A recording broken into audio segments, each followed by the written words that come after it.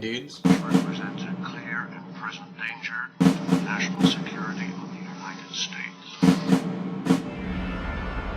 You have no idea what men of can do. Hello, and welcome back to Clear and Present Dudes, the podcast where you've never seen me very upset. I am joined, as always, by my good friends Rory O'Toole and Sanye Björksen.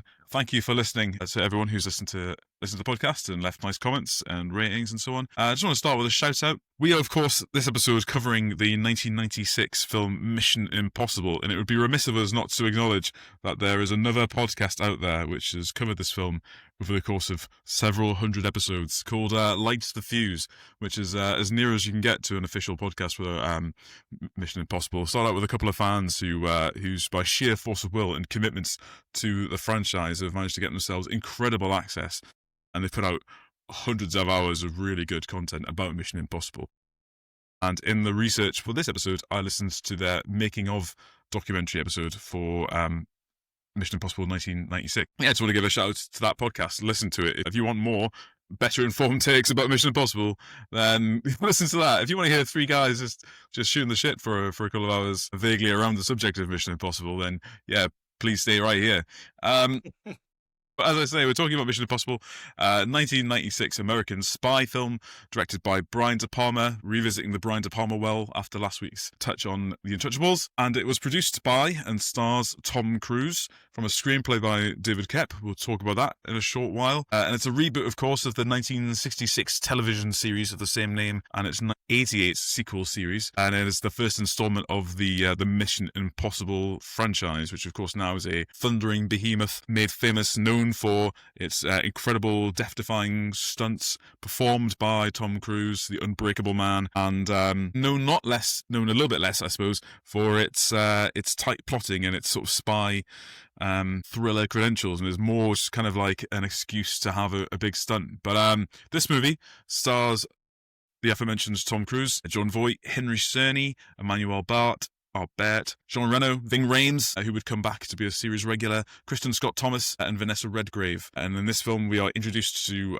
super spy Ethan Hunt as he seeks to uncover who framed him for the murders of most of his IMF, Impossible Missions Force team, and he becomes disavowed, which happens to him in every single movie henceforth. But the man's an HR nightmare. It really is. It's like unhireable. Oh God.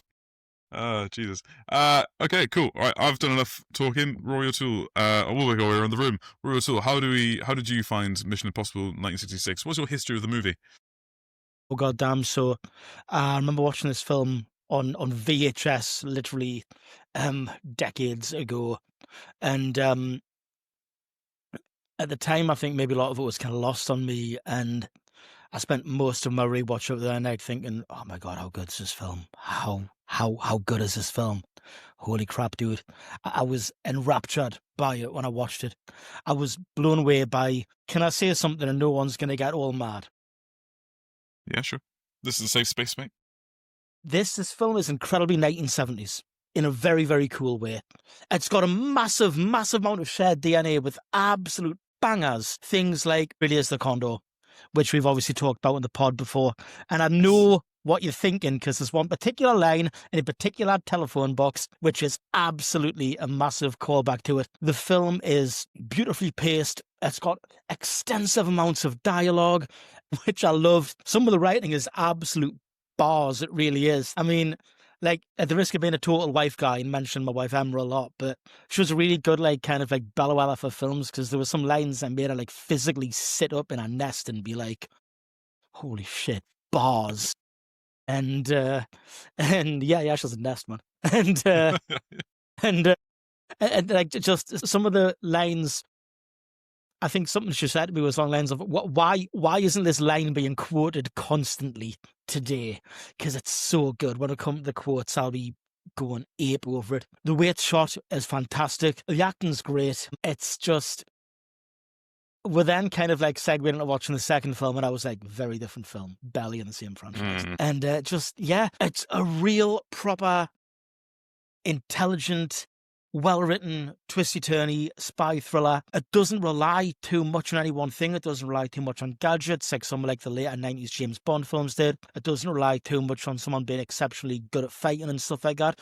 It's just spycraft and storytelling. It's mint. A significant amount of reviews that like they don't make films like this anymore, and they don't.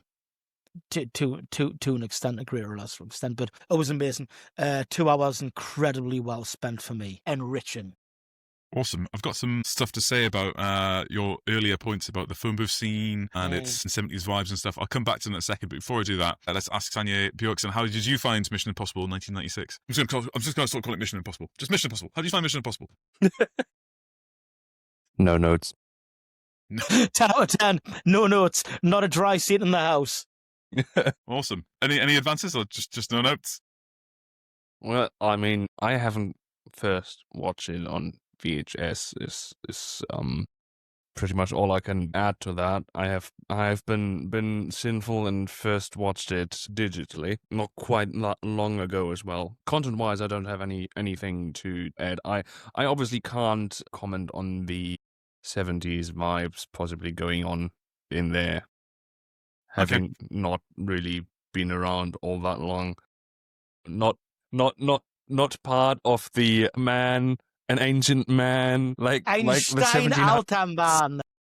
How old do you think we are? Yeah, come on. This. Well, So- listen, I am clearly on a podcast with someone who used to be Jesus's body double at some point. That's you, Rory. You're the one who looks like Jesus. Okay. Hey, Mark. Yes, Mike, when you joined the Navy, did they already have cars? Fuck me, man. What the Coming in hell is hot. going on? Oh my God! It's Sanya Brooks off the top row. I mean, this is just friendly fire at this point. I mean, you Jesus. guys at least still have hair left, so Yeah. I think I'm gonna quit doing that for now. Oh, I'm gonna segue back to the 1970s stuff because this blends nicely into the chat about the production of the movie I wanted to get into. So, Rory O'Toole, did you know that it was Tom Cruise whose idea it was to make this movie? So he and his agent Paula Wagner formed Cruise Wagner Productions, CW Productions, which is the production company who made the movie with Paramount. Paramount owned the property for Mission Impossible, and Cruise was a big fan of the TV show growing up, loved it. And he was looking to get it made. And off the back of him doing the film in 1993 with Sidney Pollack, director of course, Fridays the Condor, he was really keen to get Sidney Pollack to direct it. Pollack kind of said, "No, this isn't really my warehouse. You know, I make movies like Tootsie.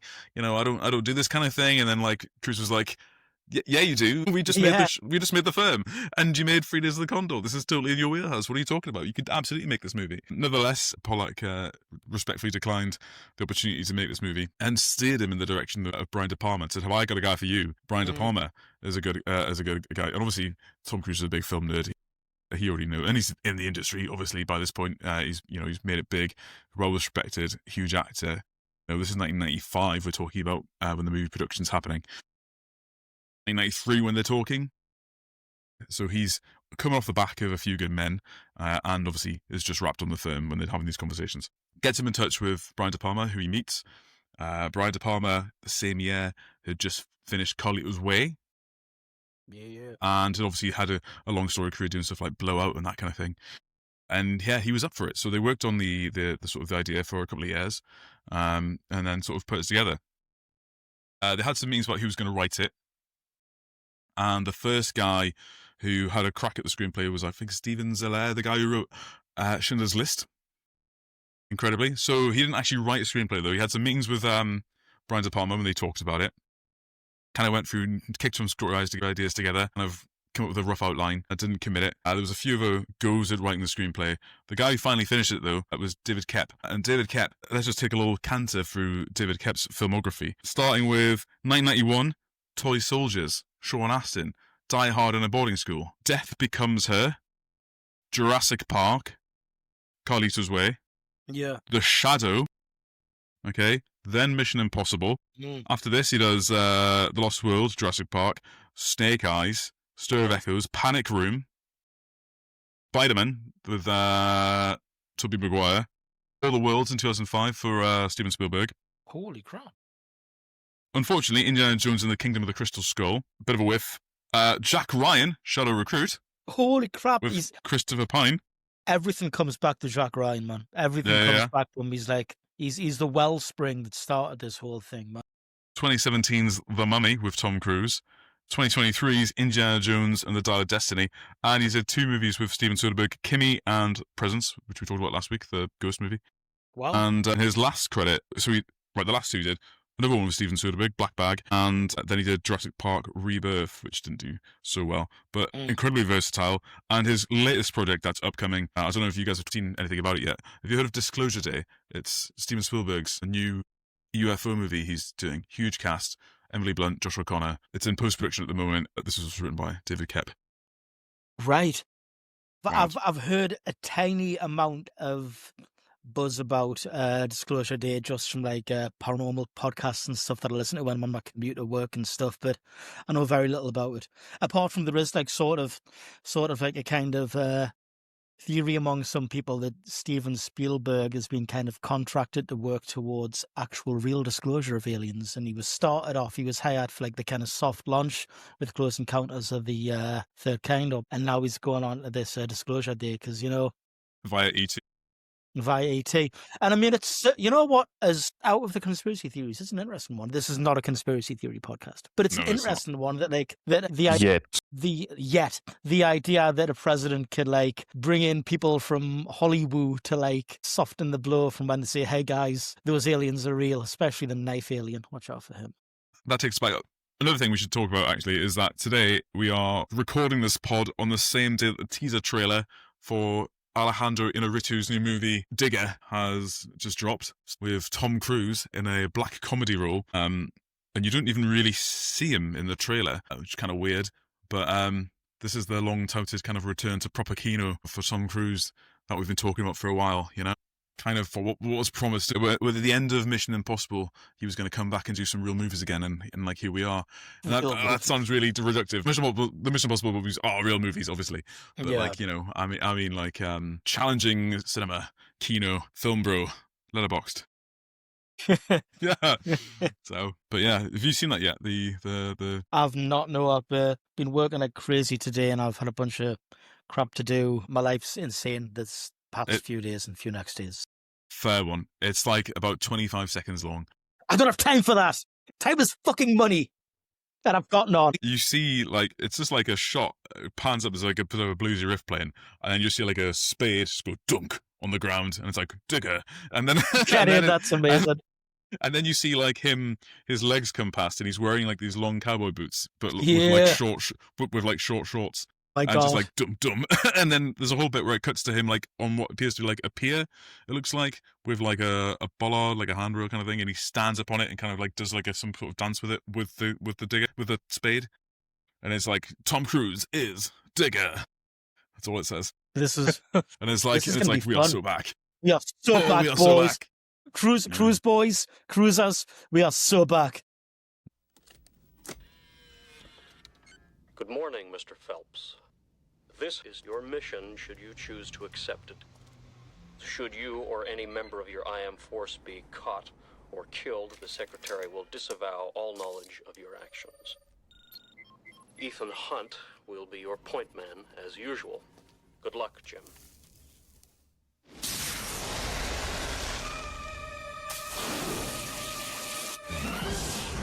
Simple game. Is he serious?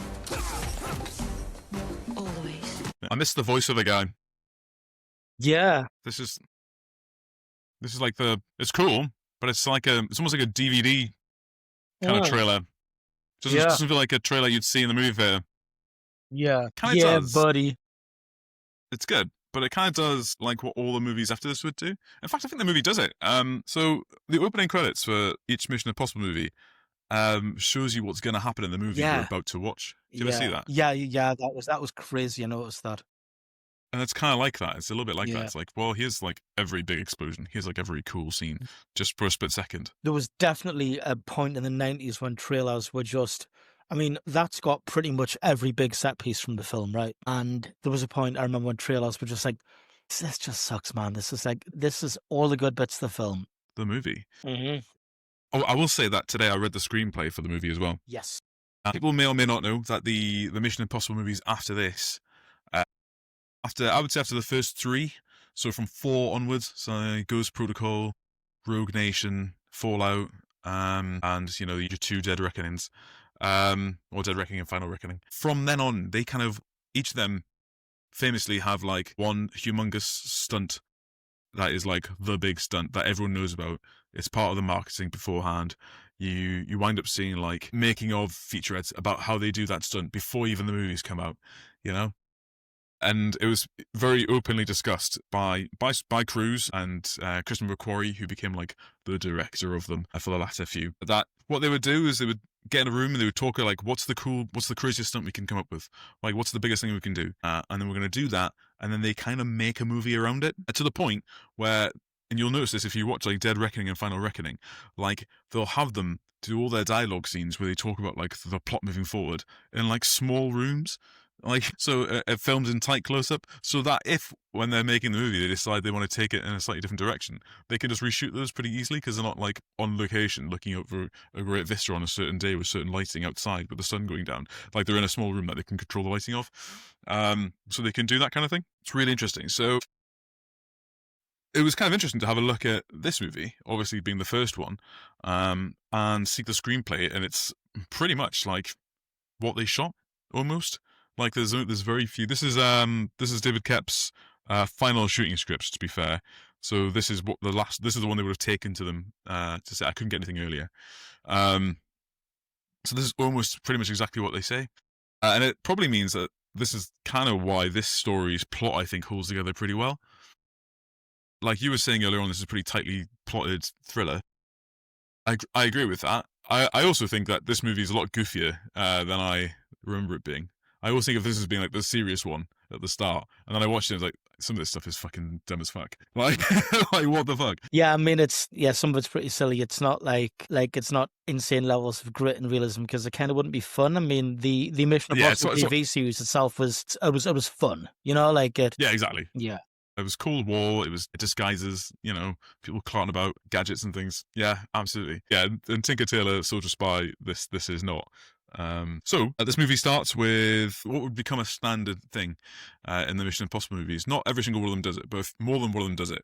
A scene where they have a ginormous fake out, and it's a guy being questioned because he's woken up in what he thinks is a hotel room with like a dead prostitute on the bed, covered in blood, and he's covered in blood. And a Russian mobster's walked in who's going to help him clean it all up, but he needs some information first.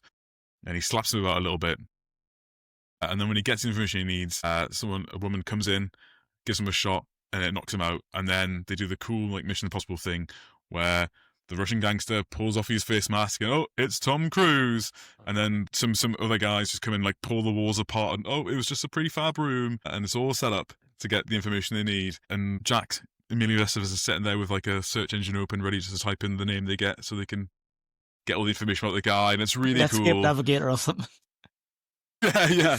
It does actually make an appearance. Netscape Navigator does make an appearance in this film. And I was just, when I was watching it, it's like the Leonardo DiCaprio meme, like pointing at the TV. It's like, my God, it's fucking Netscape Navigator. I remember using that thing. Shut up, Sanya.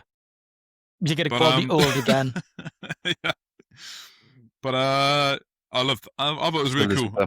So there is, I'm going to get this wrong. I think it's Mission Impossible Fallout has a really similar scene at the beginning. There's a fucking amazing episode of The Lone Gunman that starts out with this kind of like fake out room kind of thing, which involves a character Frohickey, the little older guy, doing some just insane wire fu shit, like flying on wires doing martial arts. It's insane. That's a show we should consider at some point doing a special on because it's bonkers. It's just silly thriller heists. It's so funny. It's the X-File, for people who don't know, it's the X-Files spin-off, and the three characters, the Lone Gunmen, who help out Mulder sometimes because they have like big conspiracy theorists vibes. Yeah.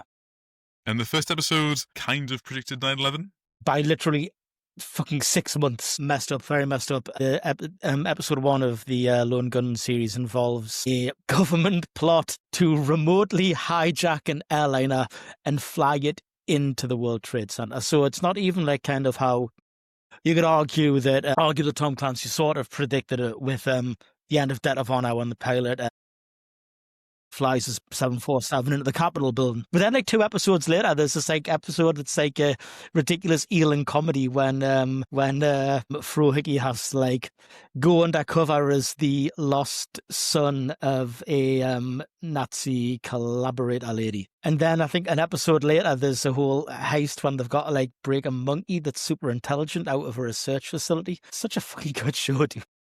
That's amazing, man. We should cover that. You would need to at this point now. We've kind of foreshadowed it. Yeah. Okay, so we have our intro sequence, and then we get their actual mission. So Jim Phelps is in a plane, and the air hostess comes up to him with this is another classic bit of Mission Impossible stuff, with a little video that plays the mission briefing to him, and his mission, should he choose to accept it, is to stop a rogue agent called Alexander Golitsyn from stealing the CIA's NOC, non-official cover list, which reveals the identities of all the undercover agents in Europe. And then we get a cool little mission briefing scene where we meet the team, and I like a good team meeting. What do you think of this one? Remember, like when we talked about the Op Center team and how we kind of introduced all those guys, and it seemed really forced and unnatural. Even now, I'm just feeling the pain of that op center team introduction. I liked how it was kind of in the form of, like you said, like a meeting. Like it's just kind of like it felt very natural, very naturalistic. Something I thought was, and obviously because this is a spoiler cast, so we know that the team's gonna essentially be almost entirely wiped out in like a few minutes. So I can say this, that we aren't going to see a lot of them because they're going to die, but it seems a bit ahead of its time and outside of the 90s that there's more than one woman on the team, and the one woman on the team isn't just a really hot infiltrator who wears like tactical bondage gear or whatever. Because I mean, you know, there was a lot of kind of shit writing of like women in thriller kind of well, I mean, there still is a bit of it, but it was nice to see that there's a team when the chicks outnumber the dudes, you know, pretty much. Because I mean, like the people who are doing active stuff and boots on the ground, there's 3 women, 2 dudes. So interesting to see that there's the imbalance there. It's pretty cool. It's interesting to see like the banter between them. It gives a good impression that they've worked well together in the past. Some of the dialogue as well is just, what was the one about my wife's coffee that made me laugh? Take it easy on my wife's coffee. Or as I said out loud as I watched the film, take it easy on my concerningly young wife's coffee. Yeah. I do think that's a bit kind of, I think like Jon Voight's like, if I sign on for this film, gotta have a young wife. I don't need to do a sex scene with her. I don't need to do anything with her. I just want to look like I'm still really fucking virile, you know? I've got a Jon Voight reputation to maintain here. So give me a hot young wife and we're good to fucking go. But yeah, like aside from that bit of like awkwardness and stuff, I think it's pretty cool, like see a team that's like more balanced between the sexes. It's pretty cool. And just, yeah, it's like they seem to get on well with each other, and it's like, I like these guys already, you know? The writing makes them interesting. There's no one particularly annoying in the team because it's easy. Not like I'm a writer, but I think it's probably an easy, cheesy move to make someone in the team just be really fucking irritating. It's like, hey, it's the crazy guy. It's the guy who does the funny, wacky stuff, and it's like they're all professionals, you know. Yeah, they could have done it with Emilio Estevez's character, but they kind of pulled themselves back at the last minute, didn't they? Yeah. Like he's almost going there. Hasta lasagna. Don't get any on you. He has some silly sort of one-liners and stuff like that. But he's not like, waka waka, I'm the funny guy, you know? So it's cool. He's trying to get with Kristin Scott Thomas as well. Which, yeah, he's not made of wood. Come on. Yeah. It's interesting. So that scene, right, is one of the only bits that's different in the screenplay. Right. So there's 2 bits. So the initial bit in Kiev with the fake room, you remember that Emmanuelle Béart, who plays Claire, she gets tranquilized. She's drugged so that she can like be like a plausibly dead hooker. Yeah. And then she's been under for a little bit too long, and then they wake her up, and it's a bit like, man, this is the last time we do this, because Ethan's like, this is the last time we do this because I was really worried there, kind of thing. In the screenplay, that's a little bit more serious. It's like, this is the last time we do that on my watch, kind of thing, and he's like properly like worked up about it. There's an awkward scene pretty much straight away between Jim Phelps Jon Voight and Ethan Hunt straight away, where Jon Voight is already kind of accusing Ethan of getting a little bit too close to his hot young French wife. Claire, who's at the computer behind them, somehow seems to be the reference point in the following exchange. This is it. Ethan, how was Chicago? Phelps, wonderful. Ran into a convention of auto dealers at the Drake Hotel. You hear the one about the astronaut who comes back from the first manned flight to Mars after 2 years? His wife's got a year-old kid. So he says, all right, who was it? My friend Harry? She says no. Was it my friend Sammy? She says it wasn't Sammy. I suppose it was my other friend Lou. No. What's the matter? Don't you think I have friends of my own? That is insanely boomer. That's Yeah. like, wife bad, father, I cannot click the boot. Yeah. So straight away they're like not getting on. Yeah. And they've just taken it. And I think that would have been weird if that had been in the movie, because then like it kind of puts you on this weird on edge thing. There's a couple of bits though, right? Full spoiler cast. We obviously know Jim Phelps quite controversially turns out to be the bad guy in the movie. And it's like pretty obvious, like straight away. If you're paying attention to it, like that initial heist at the beginning, it's really obvious that he's like the one controlling the lift and stuff. The mission brief is they're going to intercept this guy, Alexander Goitskin, who's got the knock list on a floppy disk at this embassy party thing in Prague, and they're going to have to go in there, infiltrate the place, try and swap out the list and grab it and be gone. I guess we're into it. It's the big heist, right? So everyone's got a job. We probably should count it through the team quickly so everyone knows who they are. Not that it really matters too much because we're all going to die. But we've got Ethan Hunt, Tom Cruise, who's played by Tom Cruise. He's your point man on this operation. We've got Kristen Scott Thomas, who plays Sarah, who is like, I guess, his number two, also on point. She's the kind of the one who's already in there. Is the undercover mole, kind of prepping the guy. We've got Emmanuelle Béart, who's Claire, who's outside. She's handling transport. She only got that job because she's married to Jon Voight, I think. Jon Voight is obviously the commander in charge. Jim Phelps, he's obviously rear echelon motherfucker. And then you got Hannah, played by Ingabora Dapu-Kanate, who is the surveillance one, who's got the cool glasses on. Yeah, that was mint. That was so cool. Yeah. And then, of course, we've got Emilio Estevez as Jack, who's inside the building, hacking into the terminals, moving doors and stuff. And to do this, he has to sit on top of a lift. Which is just incredibly cool. Something I love about this film is that it exists in a time, both its setting and the time it was written and filmed, when the idea of hacking is still kind of in its infancy, and there's this kind of crossover between physically having to be somewhere to do it and doing things remotely, and it's just so friggin' cool, man. Like, it's digital and analog at the same time. He's electronically hacking things and stuff, but he's got to do it while sitting on top of a lift. It's mint. It's awesome. When you kind of compare it with just the hacking scenes in the second film, when it's all very much done like remotely in like Wi-Fi kind of thing, and after just 4 years, it takes out fair amount of the tension. The best kind of like electronic hacking and freaking kind of scenes are ones when there's like a ticking clock and a sword of Damocles over the person who's actually doing the hacking. With a lot of properties, you can't really do it in like kind of, how can I put this, right?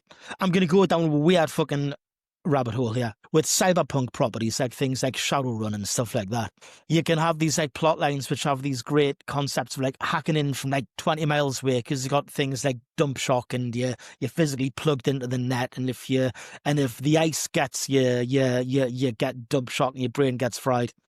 But when you've got a kind of more modern kind of setup, when you're, I'm just going to hack something from my laptop at a distance, the stakes don't feel as high as Emilio Estevez sitting on top of a lift or crushed himself against the wall the first time the lift goes down. I think it's incredibly cool, you know? It is really cool. And that whole concept is like how the main heist of the movie kind of works. Yeah. The whole big deal is it doesn't matter what kind of crypto you've got, blah, blah, blah, blah, blah. Like, here's the worst part.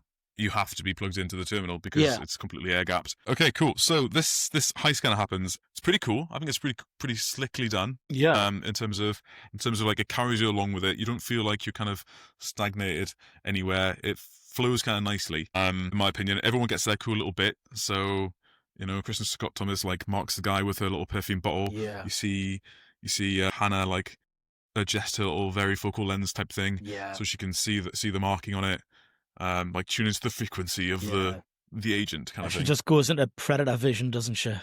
Yeah, that's really cool. And then you get, obviously we're following the guy. We get the whole thing where the lift doesn't work as planned, and like Ethan Hunt in his big like fake Southern drawl is like talking shit about Jack, who's like within earshot. So it all seems to be going really, really well. The guy gets the knock list because he's got a habit, so we can take it off him, kind of thing. Yeah. So he gets the knock list, and he's about to leave the building, and then suddenly it all goes to shit. Like I say, like watching it again. I mean, I've seen this film like I don't know, like 10 times. Yeah. So it's pretty obvious that what we're seeing on the laptop that Jim Phelps has got is that he's been able to like open doors and stuff, which has happened in the movie already. So there's already a bit where Tom's like, I can't get this door open this door so I can get underneath the lift, and he opens the door remotely. So if Jim can open the doors remotely and Jack is there on site to be opening stuff, that doesn't make sense immediately, does it? Yeah. It's a bit like, well, if Jim can do it, why is Jack even there? Anyway, so we see Jim, like, basically what he does is he sets the lift going up with Jack on it, and then he clearly just logs himself out. And he's like, and then you have like the system failure thing pops up, but it's only because he's logged out, right? Yeah. So then he's like, I can't stop it, Jack. Jack, you cut the power, Jack. Cut the power. And then he's going up and he's going up, and he's like, got his little knife and he's cutting the wires, and then has that horrible scene. It's pretty Horrible grim, death. isn't it? The film's a PG as well. I was like, fuck. Yeah. I mean, it's like the way like he kind of screams and it goes in his mouth just for a split second. Then it's like, that would be a 12A if it came out today. Yeah, what is it, like 2 or 3 frames max? And it's just like, oh, it's enough though. Yeah, that is enough. That's like, In the screenplay, he just gets crushed by the roof. right. But I guess you can't. But I suppose when they got to the point where they were filming that, it's like, well, how do you show that? Like, where's the camera? Like, if that's just that, how does that make sense? So that's probably why I had those things jutting down. Yeah. So it's like, oh, this we can see him get smushed by before it has to cut. Just overthought that. Then the rest of them are pretty brutal. Kristen Scott Thomas gets done dirty. Yeah. Really bad. And then they all get killed, don't they? Yeah. Hannah gets killed in a car bomb. Yeah. Jim appears to die Mm. and falls off a bridge. And then finally, Claire also appears to die in what looks like a car bomb. Yeah. So Ethan, freaking out, on the run from the Czech police in Prague, gets into a phone box, and we have a little homage to 3 Days of the Condor. Are you intact? Yeah. Yeah. Instead of are you damaged? Then it's like, damn, that's cinema, baby. Yeah, that's good. And it's the whole thing. He has to dial in. He has to give like an authentication code when he calls in, and he obviously doesn't go like, I don't remember Condor, but he's like what, like Bravo Echo 11, something like that. Yeah. And then that whole thing. They're dead. They're all dead. Who's dead? They're dead. They're all dead. And that's another like 3 Days of the Condor thing. 3 Days of the Condor. Yeah, it's Condor-pilled. So yeah, that's really cool. And obviously, like, Cruise is a big fan of that movie. He obviously worked with Sidney Pollack, so he's Condor-pilled as well at this time. It's really awesome. But he arranges to meet up with Kitteridge, played by Henry Czerny from Canada. We obviously big fans of Jack Ryan as we are. We obviously know this guy as being the terrible, horrible guy from Clear and Present Danger. The guy who's behind Operation Reciprocity. Robert Ritter is his name in that. He's good at going scumbag mode. Yeah, he really is. He really is. And he's described in the screenplay as being a guy who looks like he's still living with the Nixon administration.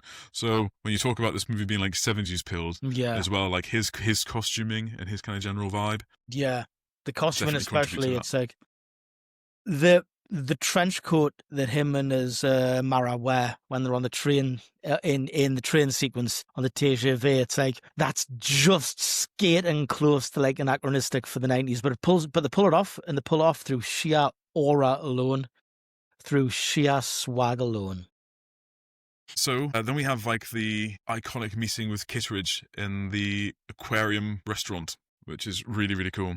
Some of the greatest lines of the film that I'll probably get into when we get in the quote section, but in general, that scene's incredible. It's amazing. Just the camera work when Ethan Hunt's like kind of recognizing, there's another IMF team here, and he's kind of pointing them out, and like you're seeing the cameras going between them. Oh, the drunk Russian and all that, and so good. So good, man. Yeah. The way it's shot, the angles to shoot Kittredge at as well. Like it's like the way it sets up Kittredge to be assumed to be the absolute villain and existential threat, which he is, but he's not the absolute villain, But the way it sets him up to be absolutely devilish in this film is excellent. Just the cinema work, it's like, mwah. Love these movies for they bring Kittredge back for the latter two, which is great, and I like that because first of all, I love that this movie series, nobody asked it to, but it has like a tremendous amount of respect for his own history. Like it didn't have to do that. It didn't have to go that hard and bring all these characters back and stuff. Like no one was keeping track, but they did it anyway, and I respect him and love him for that. And it's great because Henry Czerny gets more work, and I think he's great. So, and he deserves it because he's brilliant in this. And I like what they do here, where just as you described, like the Dutch angles looking up at him, slightly off kilter, like a certain Vanity Fair photo shoot this week. Incredibly topical and incredibly spot on. To indicate some sort of slight deviousness, and to show that everything's off kilter. So you get the same thing shooting back at Ethan as well. Yeah, because he's getting stressed out and he's a little bit off kilter and everything's a little bit tensioned and heightened. That just the language of the images like shows you like the relationship, and that Kittredge is like becoming an antagonist. You could watch this movie with the sound off and understand that the guy he's talking to is an antagonistic force, just through what the storytelling, the images, which I think is really cool. We get the payoff for the Chekhov's plastic explosive. Yes. Well, it's the first, I suppose. It's the demonstration of the capability of Chekhov's plastic explosive. The hasta lasagna, don't get it on you. Throws at the aquarium wall. The aquarium wall explodes, and in the script it says 100 gallons of water, but I think like I don't know, like fucking 100 cubes of water come flying out of the front of this restaurant. Yeah, like a zillion fish, and it's pretty mega. Wild. I didn't realize this, but Sanye alerted me earlier in the group chat to a real life fish tank that this happens to. Holy crap! Do you want to spin this? Yeah. I don't think there was an IMF agent involved, but yeah. In a hotel in Berlin, there used to be a very large aquarium full of tropical exotic fish and whatnot, with a whopping height of 25 meters. And actually on the 16th of December 2022, so 3 years and 2 days ago exactly, that randomly collapsed, and suddenly the entire hotel was full of fish. Mega. That's 1,500 fish. Jesus. 100 different, in excess of 100 species, and a total volume of 980 cubic meters of water. The hell. That's criminal. Yes, so let me just... Imagine if you're like the security guard on duty. Imagine if you were the cleaner on duty, mate. Yeah. Like, oh. Yeah, so they got like civil rescue involved with like cleaning it up. It says here the majority of the 1,500 fish were killed, unsurprisingly, I suppose, and 2 people were hospitalized with injuries. Officials noted that the collapse could easily have taken several lives had it taken place during the hotel's busier operational hours. Detected by local seismographs, the collapse sent the water out of the hotel lobby and into nearby storm drains, but not before damaging several nearby businesses, including a neighboring Lindt chocolate shop. No. And the basement of the adjacent DDR museum, the latter of which reopened 3.5 months later. Imagine if you had been parked outside and like your car just... Imagine you're just getting out of your car to check into the hotel, and you're hit by an indoor tsunami and all of Nemo's friends. You just like take it out by like some incredibly rare fish that just bombard you. Just pulling up to the hotel, going like, does this place smell a bit fishy? And then you're just hit by a wall of water. I love that the majority of them died, which means, I mean, I hate that, but I like the fact that some of them, therefore, must have survived. I am picturing someone resuscitating a goldfish. It's like, basically holding it under the holding it under the tap and slapping it around. I can imagine some like intrepid waiters just opening all like the taps and filling pint glasses with water, just chucking fish in. There you go. Come on, God damn it! Yeah, man, intrepid. They're saving lives, dude. The other one, of course, is that like the fish may have got the storm drains and then created like a kind of like feral fish population for the city, a feral exotic fish population, just these puffer fish, these fugu and all that, just like bobbing at the surface occasionally, more valuable than 90% of the people walking around pound for pound due to how rare they are, but I like that. Could you imagine being one of those fish? The stories to tell your mates.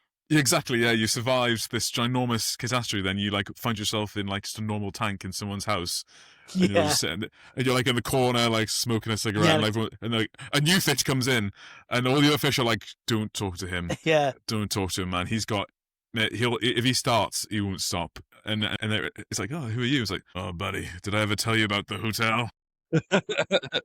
The Great Dome implosion of 22. I was there, son. Big drag, like.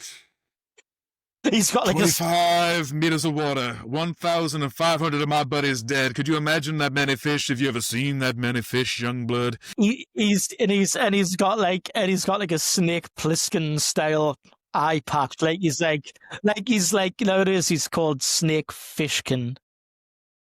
Or perhaps even Sea Snake Plissken. You think you know aquariums? You know nothing, son.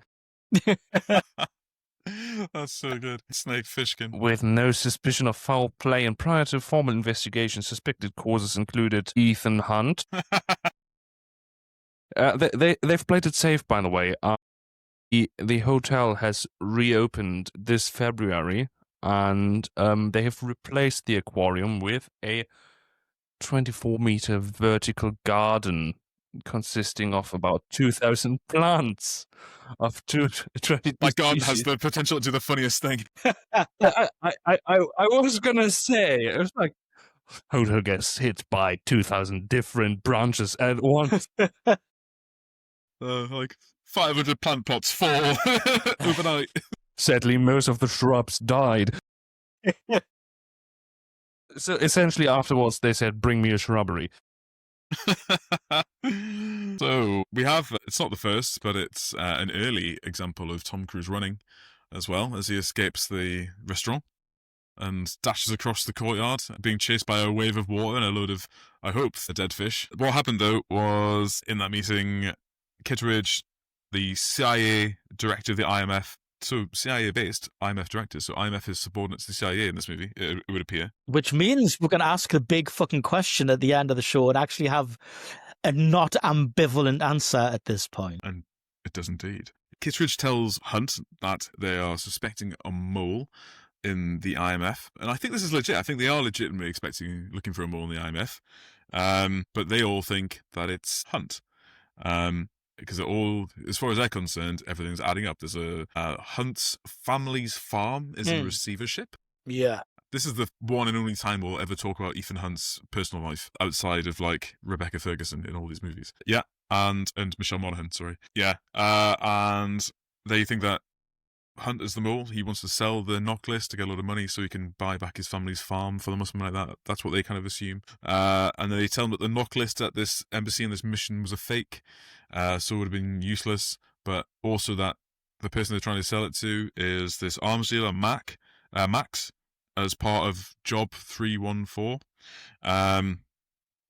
So, armed with that information, I'm saying all this because it leads to what happens next. So Ethan Hunt says, right, I'm going to try and backtrace who the mole is by posing as the mole and talking to this Max and setting up a meet so that I can find out from Max who the mole is. And then it leads us to one of my favourite scenes in the movie, the extended sequence where we get to watch Ethan Hunt use a laptop. He is all of us in this film. He is a man who is very tired in front of a laptop. He's extremely sleepy. He's a sleepy boy in front of that laptop. He is actually so we've talked about films predicting various things. This film generally predicted the state of a lot of our lives in the year 2025 when we're just tired in front of a computer, man.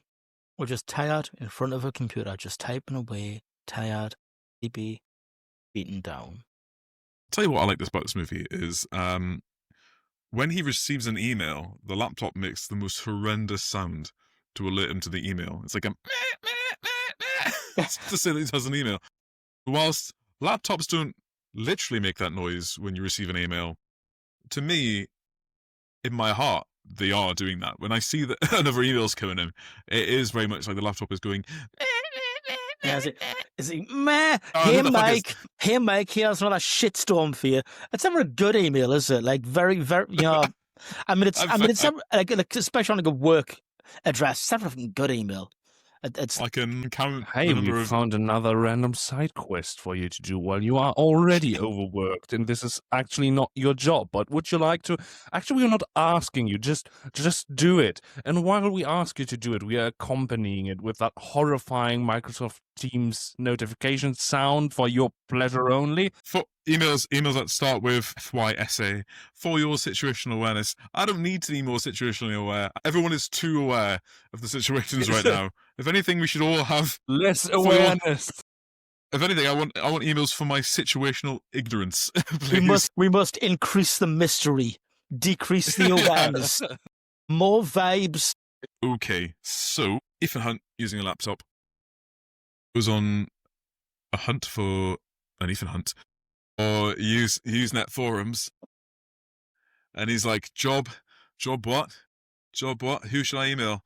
And then he emails Max at job314, and he goes into he's looking for like a Bible forum. He managed to find a Book of Job Bible forum to go on, and then he attempts to DM someone called Max within that forum. But even that's what I took from that. Yeah, and man, I'm ancient man here. I used to hang out on Usenet. I actually used to like post on Usenet. Fuck you, Sanya.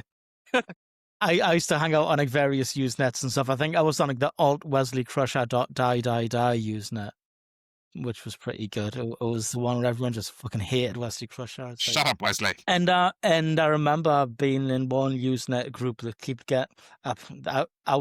I remember being in one Usenet group that I forget which Usenet group it was, but it kept getting raided by people from the alt.xena.warrior.princess Usenet group. And I was like, the Xenites are back and they're posting things. It was all in Brilliant. Stargate or something, bro. probably something like that. It was all in good fun. I actually I was like, Emma, you're too young to remember Usenet. She's like, yep. It's like, okay, Shkads. It kind of looks like Reddit just from what I've seen with all that short list of alphabetical Usenet groups, including Amiga demos and Amazon women admirers. That was it, man. It was like Usenet crazy times. I heard you can still access them. We should do that. We should have a look. Do that. We should.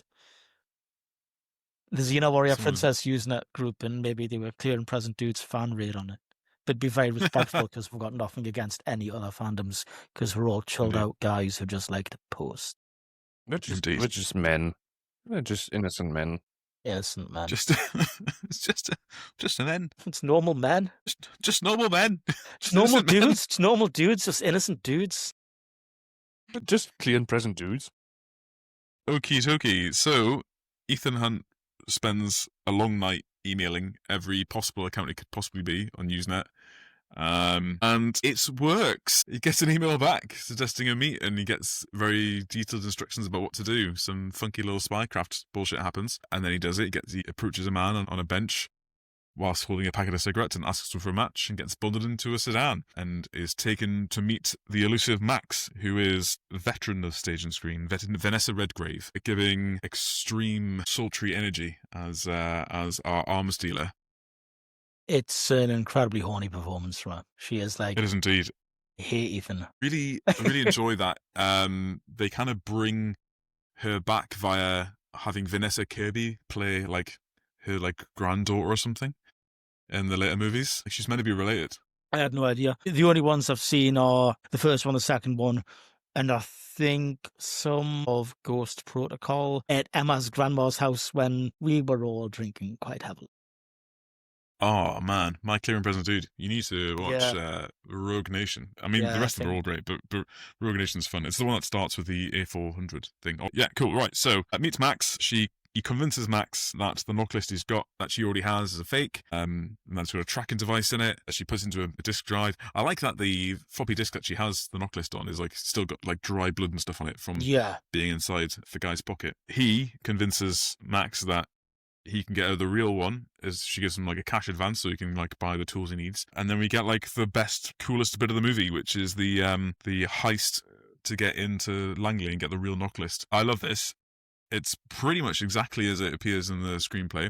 But before that happens, Ethan meets up again with, well, he's met with Claire already. Yeah. In the Prague safe house, and they have to hire a couple of extra bods to make a team for a heist. And they hire Jean Reno and Ving Rhames as Krieger and Luther Stickle, respectively. And Luther becomes like a series regular. He's in like in every movie after this, which is great. And I love the meeting with Luther. Phineas Freak, as his name is.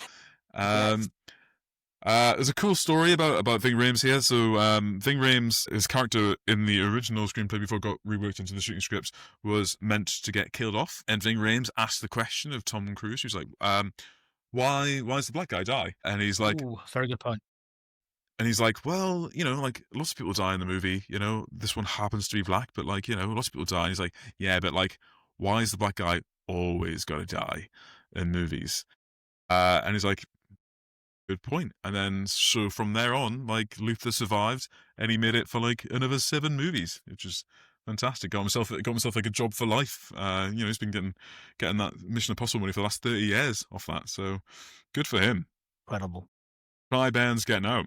Squeaky wheel gets the grease. Indeed. Cool. Right. So this becomes a thing in all the Mission Impossibles going forward. There's always like one cool big heist, and they're always explained the way they are here. Well, they kind of are. This is the first one, and it's the kind of the prototype. So what they do here is they talk about how difficult it's going to be by describing in detail the rules of the security of the place they're trying to infiltrate.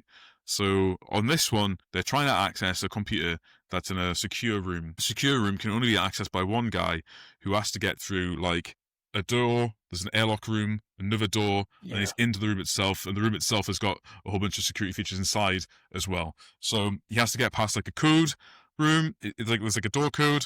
He has 2 key cards that have to be used in tandem. He gets into another door. He has to get through like an iris scanner as well. Once he's into the actual room itself, the room itself is when it's not being accessed by him. So when it's like armed, there's pressure plates on the deck. There's an alarm linked to like a decibel microphone, so it goes over a certain amount of decibels. It alarms. It has a heat-sensitive alarm, so if the body temperature of somebody is in the room, it will trigger as well. So it's supposed to be cool when they go in there. Cool. And there's only one vent where the aircon comes in from above, and there's like a laser grid over the top of that. Okay, so this room is like impenetrable unless you happen to be this one guy. Mr. Donlow is his name. He's basically Cyril Figgis from Archer, isn't he? I mean, like even you see, I don't even have to say work with me here because you know exactly where I'm going. I mean, even like the voice recognition at the start, it's like I'm watching. It's like Cyril Figgis, you know, like he's like Cyril Figgis. He is I mean, hindsight, Cyril Figgis is totally based on this guy. Yeah. I also like how he's inexplicably like fucking dope sick or something and like keeps throwing up. Did I miss something in which they poisoned him? Yes. They do, don't they? Yes, that's right. Yes. Because Claire's disguise, well, not disguise, Claire is pretending to be a secretary of some kind. And I fucking jumped out my seat at this because that's real T-line shorthand on a notepad. And I was like, fucking T-line shorthand mentioned. I swear to God, in most episodes I mention a different job I've had, but I used to be a journalist. I've got a degree in journalism from Sunderland University. I used to work for the Sunday Sun in Newcastle. It's not related to the London Sun. I've got bylines in the Chronicle and the Journal and the Sunderland Echo as well. And so I was like, holy shit, that's real fucking T-line shorthand. I was really excited. I couldn't fully comprehend it. I was like, I think that's in at the start, and that's maybe like a really long M later on. But yeah, I was buzzing to see it was real T-line shorthand. That was class. That was cool. Good insight. What the rest of the movies do is they show the rules of the heist that's going to happen. This is a bit like Oceans as well. They show the rules of the heist that's going to happen, and then what the rest of the movies do after this is they show like what successfully beating it would look like as well. They would show not only how the original guy gets into the room, it's also like what they're going to do to beat it and assume it works, So like you have like the plan that was not going to survive first contact with the enemy, but you see how the plan, if everything worked, would play out as well. You don't get that on this one, but that's fine because it's still awesome. So, but like real life, on this occasion, no plan survives first contact with the enemy, and it all starts to go a bit awry. It goes mostly okay. So in order to get initial access into Langley, they call in a fire. So they rock up as the fire brigade. They hack into the fire alarms in the building to make a sensor trip to allow them access into the building as the fire department. They go in there, and obviously they're all dressed in their firefighting rig, so no one can make out their faces and stuff. And it's Luther who has to be wired into a terminal. You've got Ethan Hunt and Krieger are going to go into the actual vault itself, and then you've got Claire takes the firefighting rig off, is dressed as a secretary, and then she just walks out and just blends in with the rest of the workforce. She goes into a breakout room, which Mr. Donlow is in as well, and he gets out his big Washington Post and is just sitting there reading. She sits uncomfortably close to him and then squirts a bit of poison, like an emetic poison, at the end of her pen, which he drinks into his coffee, and that's what makes him start. I think I was just like so blown away by the fact that I saw real ass T-line shorthand that I was like, I kind of must have skipped over the fact that she drugged him just now, but yeah. But to a seasoned hitman, world of assassination player that I am, I saw the emetic poison straight away. I was like, I know where he's going. Nice. So he gets back to his desk, immediately chucks into a bin, takes the bin into the heads, starts washing it out. It's a little bit of comedy value of him being sick and sick and sick and sick. And that's what buys him time to break into the vault. So yeah, they have this funky little gadget that gets past the wire net thing, the laser net over the top of the vault. They go in from above, creeping through the vents. One guy comes to check out where they are. They're like, there's two of you in here. Where's the third guy? And like, Ethan just kicks him, knocks him out straight away. Yeah. It's like, look. Krieger's about to kill him with a knife, and he's like, no body count. Because obviously, Krieger wants to do a high chaos run. Hunt wants to do a low chaos run. I like how Jean Reno is playing a suspiciously violent Frenchman with a German name. Clearly he's descended from some very sketchy French foreign legionnaire who joined in the 90s and was very good with an MG-42 for some reason. It runs in the family, don't ask. And then we have the iconic scene of them lowering Ethan Hunt down into the vault. And then he's obviously meant to get lowered down. He does some typey, has to get pulled back up again at the rush. And then the MVP of the movie, a cute little rat, comes along and bothers John Reno, and Ethan Hunt gets dropped. And there's that whole iconic bit where he falls and just caught before he gets to the top of the floor, and he's like wobbling around for ages. Apparently when they were shooting that, Tom Cruise get hit in his head off the floor. So to stop him doing that, he started putting loads of coins in his shoes to like change the trim of his body. Can I just say, cool. Something tells me he's a very short man in Hollywood. This is not the first time he's put things in his shoes for the benefit of his film career. Yeah, or every occasion where he had to stand next to his wife, Nicole Kidman. But yeah, awesome. Yeah, so you get all that. What I love about this movie, and in this sequence in particular, is it does everything it does to make it tense. So you get the example of like the floor pressure plate sensor going off when a single drop of water from the guy's iced tea drops on it during the briefing. And you see that happening, and it goes red, like the anti-Billie Jean floor. And then goes off really bad. And then for like maximum cinematic like look, you have like an insane thing. Bear with me here. Ethan Hunt is wearing spectacles during this. He doesn't wear spectacles practically for the rest of the movie, but for some reason he needs spectacles during this sequence. Okay? I don't know why. Maybe there's a reason, I'm not sure. And then a bead of sweat comes from his head onto the outside of the frame, like the lens of the glasses, drips across the lens, and then is about to drip off the frame of the glasses. And it looks cinematic as hell, but nobody sweats outside their glasses. Yeah. You know what I mean? I think like the glasses thing is because that's like where they've got their kind of like cameras, right? Like the kind of glasses cams, like track like. It's probably is that, isn't it? Things are going, like Yeah, but that's a massive sell of the MIC. That's a massive oversell of the military-industrial complex at that point, having kind of cameras that are so miniaturized you can wear normal ass glasses with them, and like it's just totally invisible.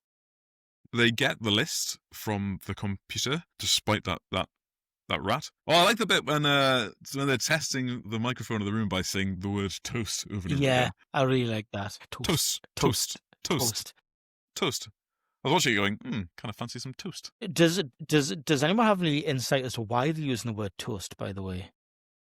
I haven't got any insight. If I was going to guess, I would say there's sibilance of the word, of the T. Yeah, and it starts like a plosive at the start and the end, the toast, and then the toast. Yeah, so it's like the Plosive. plosive and sibilance, yeah. Welcome to Clear and Present Dudes, when we deeply, deeply dissect why they used the word toast in this film. There is a high possibility that all of us in our childhood arranged toy cars in a sequence. My God, what are we doing with our lives? Good. Now for something completely different. Yeah, and that thing is close-up magic. So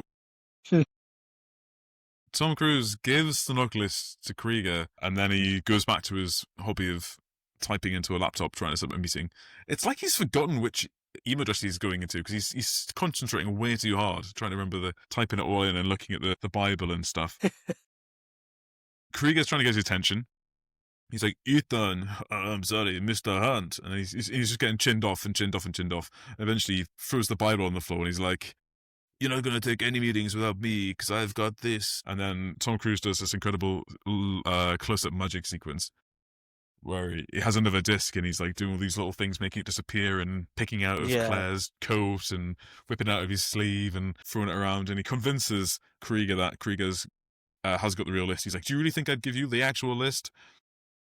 So Krieger throws it in the bin and walks out. And then Ethan picks it about the bin because it was the real list. I love that. That's so good. It's just smart writing. It's spycraft. It's fun. It's. I think I may have said this in previous films that we've talked about. It's just smart people doing smart things in a smart script, and it's just really cool. I like this. So this scene, they cut straight from Langley to like London. They're in a safe house in London. When I say this movie is goofy, this is the kind of thing I mean. There's no explanation for how they've got a safe house in London. It's just assumed that they're in a safe house, and I guess they've got one. Even though they're completely disavowed from the rest of the organisation, so how could they use its resources? Don't know. Yeah, he's obviously never had to fill in a budget control form and talk to the travel cell. That's fine. I am doing that right now, and I want to die. Yeah. So having all the fun of the fair there. I like the scene because it gives a good humanizing moment for Luther and sets him up, I think, for the kind of implies sequel bait that you get at the end of the movie as well, that Luther's going to be coming and joining the team. Yeah. Because he's like, he gives an Oculus to Luther and says, I'm going to trust you with it. You know what this means? And he's like, I won't let it get out. So he's like, this guy is like a naughty hacker, but he's got a heart of gold and a conscience. Ethan calls up Kittredge to kind of clue out that he's in England. So he has him on the phone just long enough that they can trace out he's in England, but nothing more. And then one of my favourite scenes happens. So Phelps just kind of appears next to him at the phone box, and we have the Ethan Hunt, Jim Phelps reunion. Yeah. And I love this because Jim Phelps starts telling him his side of the story about what happened during the botched mission in Prague. And he's blaming it on Kittredge and saying Kittredge is like set this whole thing up. And Hunt is going, yeah, no, I totally understand. Yeah, it must have been that. But then we're seeing what Hunt is thinking, and he's already sussed it out that it's all Phelps. And there's even one bit where he's thinking, did Claire set off that car bomb? Yeah. And he's like, no, hang on. No, it was Phelps. So you have like Claire's, you have like that bit where it looks like the Disaster Girl meme, where like the house is on fire and the girl's looking evilly at the camera. Like, and she's like, yeah. You have the same thing. So she sets off the car bomb, and then she turns to the camera and looks really evil. Yeah. And then he's like, oh, it could have been Phelps. Yeah, and you see Phelps like, get out of the river, he checks his watch, and he's like, it's explosion time. Bang. Yeah. So I love that bit because, again, it doesn't treat the audience like they're stupid. Like, we could have figured out that Phelps was behind it at the beginning. You see just enough of it to put that together. And then now it doesn't try to string you along that Phelps is like the good guy. Like, we know Phelps is a shit. Because we're seeing like Ethan figure it out there and then. Yeah.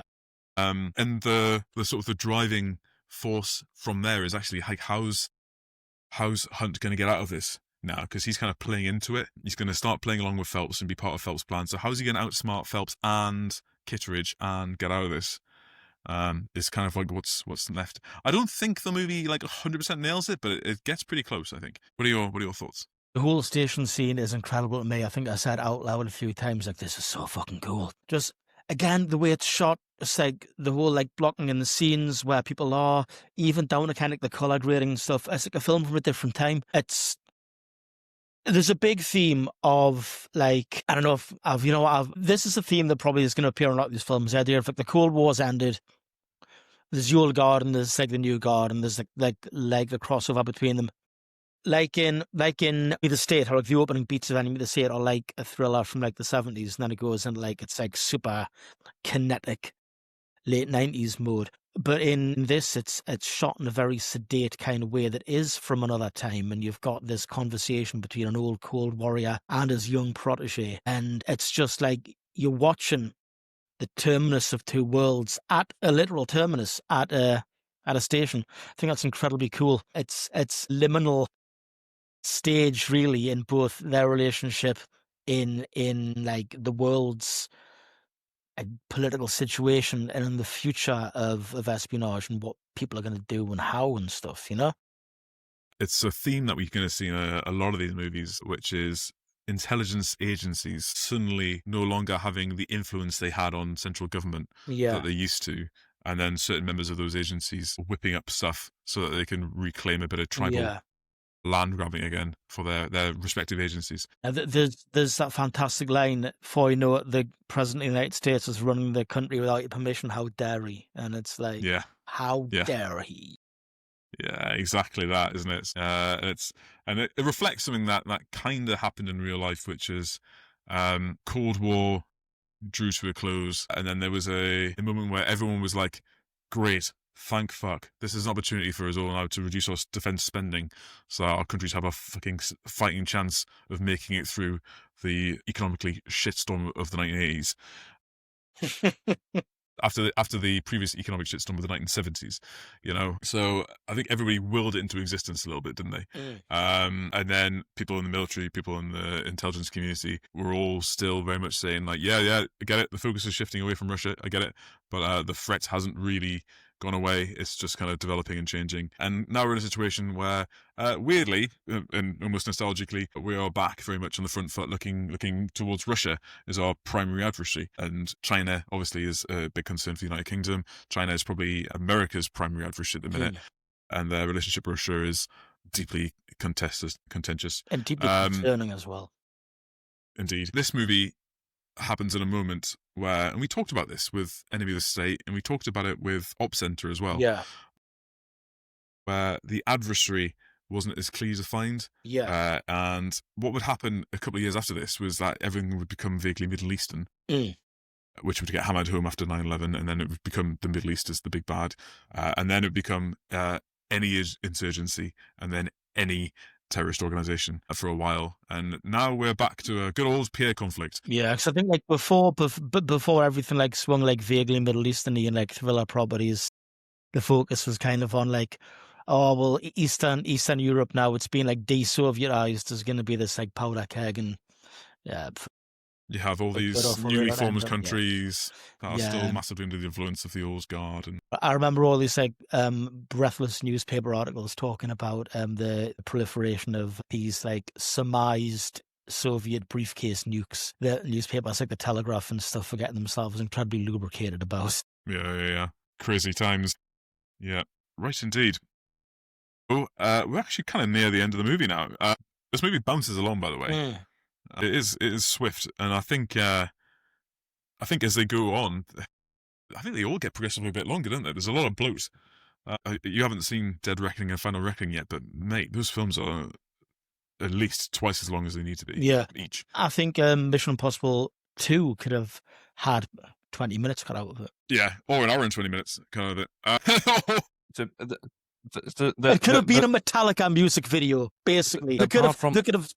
Go on. I'm sorry. I was just trying to not cut in, but the whole Liverpool Street scene sort of was giving me noir vibes, just in totally color-ish. I guess I was mostly irritated by just the absolute downpour of rain. That was just like rainy London at that extent, Yeah. it's just such a detective novel cliche. Yeah. But every time I've been in London, no matter the time of year, I've just absolutely been scorched. There's been no rain whatsoever. But Yeah. it's Like, it's just either foggy London town or rainy London town, and it's like, Yeah, there's a so- scene towards the end where a helicopter lands on a helipad opposite Tower Bridge where it's like still a nice day. But you're right, like that is the trope, isn't it? yeah. it's like we dug up Conan Doyle and put him in front of the camera, and he did a thing, and now it's raining. Yeah. But no, you hit a really good point about like that being like quite a noir scene, and you're totally right. I think a lot of it as well comes like It's obviously just like atmospherics the and camera stuff, panning up environments. to Yeah. the upstairs room as well. Yeah. Mm. And like, of course, with noir, like, I mean, it's something like it's Rory again with his bullshit, but like the city is the star of a film noir, you know, and like the architecture that you see and stuff, and that's very noir. There's another very noir scene later on that we'll get to in probably a few minutes because this film does batter on at quite a pace. Later on the train, in the kind of like cargo part of the train, Yeah. where the Yeah. lighting is just incredibly noir. Yeah, big time. I'll cue it up a little bit. Someone pretends to believe Phelps and arranges to exchange the actual knock list with Max on board the it says TGV, but it's like Eurostar, isn't it? Yeah, to that Paris. was weird. So no, Here we go. the trains mentioned, Transport It's citizen. really into transportation, guys. The specifically TGV. trains. So the TGV, the Tram Grand Vitesse, it's essentially like a French like intercity fast train. It's not the Eurostar, which is a totally different train. So the TGV doesn't leave France. And yet they're about to go through the channel.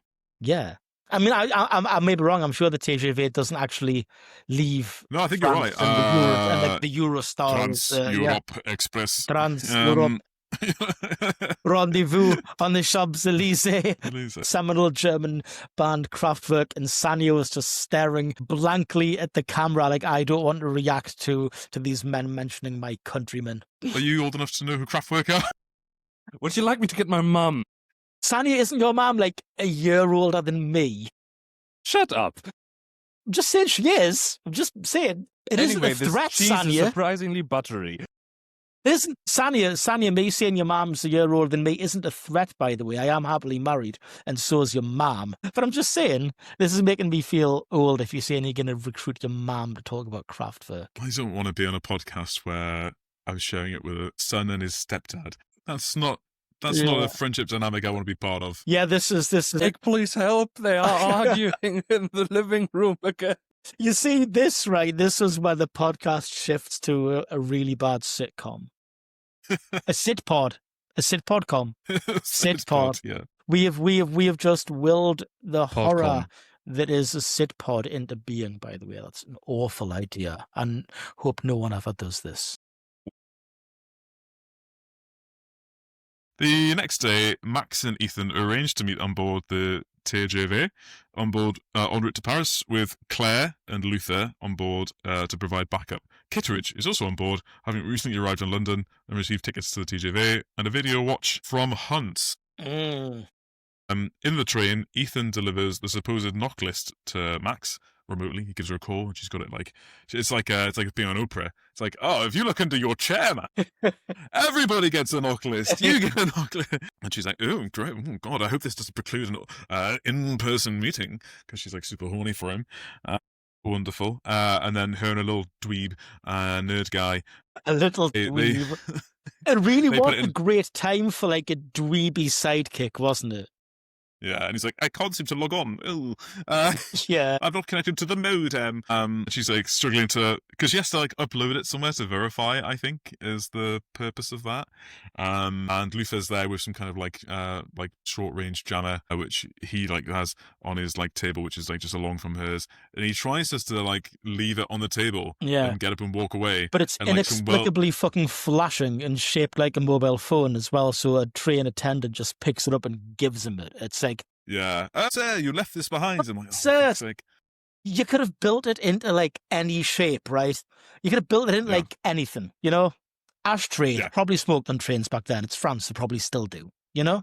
I don't understand why he doesn't like. Obviously, you've got like a train has a little. The scene funny has a little tray table. I think he had an actual table, not sure. But like, is there not like a little pouch you could have like hid it in on the chair in front or something, like on airplanes? I mean, you could literally just like shove it in the upholstery, couldn't you? Just like You could have, yeah. Yeah. Or like put it like in the little overhead baggage compartment or something. Yeah. Like that. So anyway, it's not so incredibly obvious. yeah. I mean, like it's not like a metro train when you've got like a 10-wheel metro train when you've got like the upholstery then like some metal, so you can't push anything under it. Like when the pure checkies come on, or Down where metro. flash of chromium yellow. It's our eat. Just on the subject of trains, I have just checked, and technically they are the same train. So Eurostar and the French National Rail line used the same stock.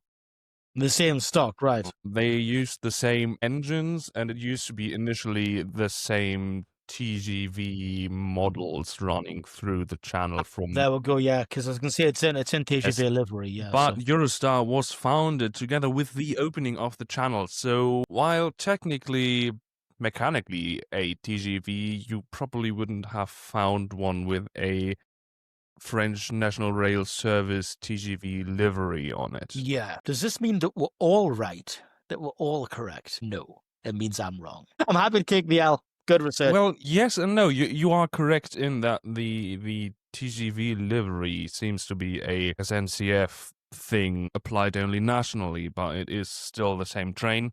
yeah. You realise? So we Did you just say no but there or a yes and? Because I think you did. I think you did, mate. Ooh. This is the moment that the podcast started arguing amongst itself. Yes. We will never become an improv podcast, by the way. I'm looking directly down the barrel of the camera at this, just in case anyone thinks this is us trying to foreshadow anything for some second fucking season when we start, like, we're all standing together on some poorly lit stage and someone's like, oh, barber shop in Byzantium. Oh, someone said barber shop in Byzantium. Okay, cool. And I'm a professional shit farmer. Awesome. Yeah. Yes, and... Ian, No, as we if aren't that gonna do bastard that. took the last can of wax. Claire, observing Kit Richards' presence on board the train, vacates her seat and meets with Phelps in the luggage car, confirming her part in the conspiracy. A silent Phelps slowly peels away his mask, revealing himself as Ethan. The betrayal. Claire was in on it. And then Phelps appears. Right, this is when, you know, I was saying earlier on, like, this movie's goofy as fuck. This is what I mean. So, where did Ethan get that with a mask of Phelps from, to be sat there as Phelps? And how long was he sat in that car as Phelps, whilst Phelps is also concealed in the same car? It's wild to me. They should have given Phelps a Ethan Hunt mask. Yeah. Oh, this is what I said. I said, right, I was watching it with Fisher earlier, and I said, Ethan had the Phelps mask. Claire should have had an Ethan mask. And then Phelps should have had a Claire mask. They all should have, like, who's who? I don't know who's who. Yeah. The only explanation that makes sense, and it barely makes sense, is that the mask is reversible and has an Ethan Hunt face on the inside. So Ethan just walks around with his face on his face. And That's the only way it can be. That's it. Yeah. You know all what? the time. You know what would have been even better? Phelps with a Hunt mask with a Phelps mask over it. So he could Yes. have revealed himself as Ethan Hunt Yes. to do a loyalty test on his wife, Yes. and then gone, "Fuck you." It was me all It along. was me You've all been along. double played. He Double mask, bitch. he absolutely seems like the kind of guy who would like do loyalty tests on his suspiciously young wife, wouldn't he?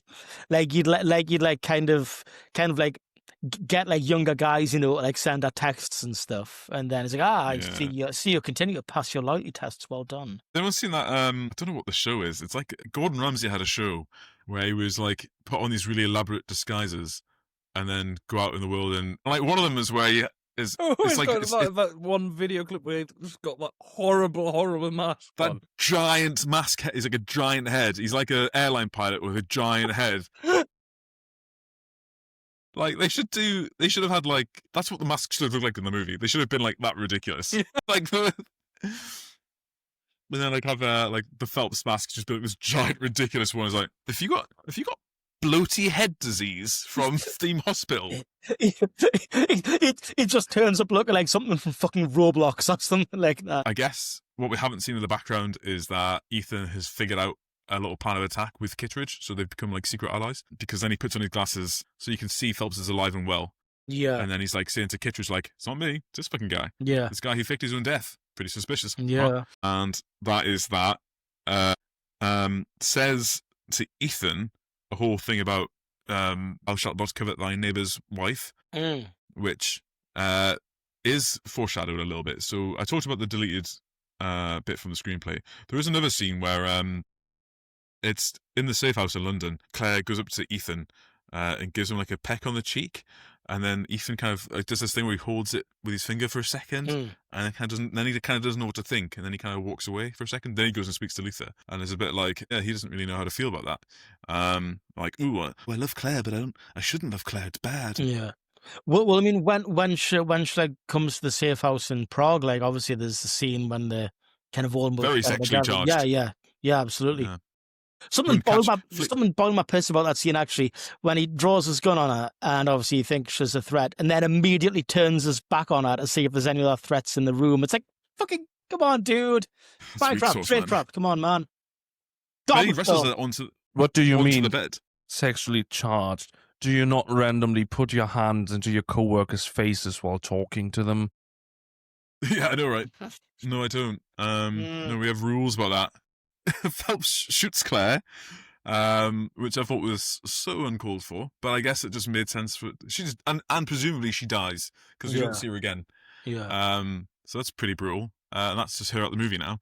And then we have the on top of the train fight sequence. Yeah. So this is interesting. So we talked about The Untouchables and how that had a train fight sequence cut from the movie because for budget and stuff. This is I guess a train fight sequence that we never got. It's pretty good. It's a combination of miniature, bit of green screen. Yeah. I liked it better when it was a fight on top of a train between two guys. As ridiculous as that is, it's a pretty well trodden trope. People get on top of trains and having fights. It's in one of the Bond films, right? Yeah, it's in that new Indiana Jones movie as well. Captain America. It's also in another Mission Impossible movie as well. So And like in the Bond film, another vehicle is involved. yeah. So this is the bit where this is what's going to come on to. So this might be controversial, but I am not a big fan of Krieger flying the helicopter. You mentioned that you can fly a helicopter earlier on. Yeah. I get it. That's not the thing that annoys me. I'm just annoyed by the helicopter sequence in general, like the whole planned exfil via helicopter, Yeah, that's a bit over the top. and then it going into the tunnel. And I'm just thinking, I don't think the helicopter would have been able to fly. I think in it the would have. tunnel. I am having the strong suspicion that this is a small commercial helicopter. I don't think it could go as fast as the train, even without being attached to it. I think it Yeah. would just snap its rotor blades the second it starts being pulled around. Yeah. So I think would simply not be able to. I imagine not a pilot, not an aeronautical engineer, just a guy who got really upset when he was a kid that the colours on Spot the Dog's beach ball were in the wrong order at the end of the book. But I wonder if due to the essentially jet wash from the train, the kind of turbulence that I've generated maybe as well, would a helicopter be able to even sustain lift? And that's exactly what I was going to say. I don't think it could actually sustain lift because obviously it's reliant on downwash pushing it up, kind of thing. The force created by you pushing it down, and if that force is then being dissipated around in a circle around the helicopter, then surely it just becomes a turbulent fuckabout and it immediately loses control. Another thing that annoyed me about that is, so they have the fight. They kind of fight their way along the back of the train. They get to the point where at the very end of the train, the helicopter's here.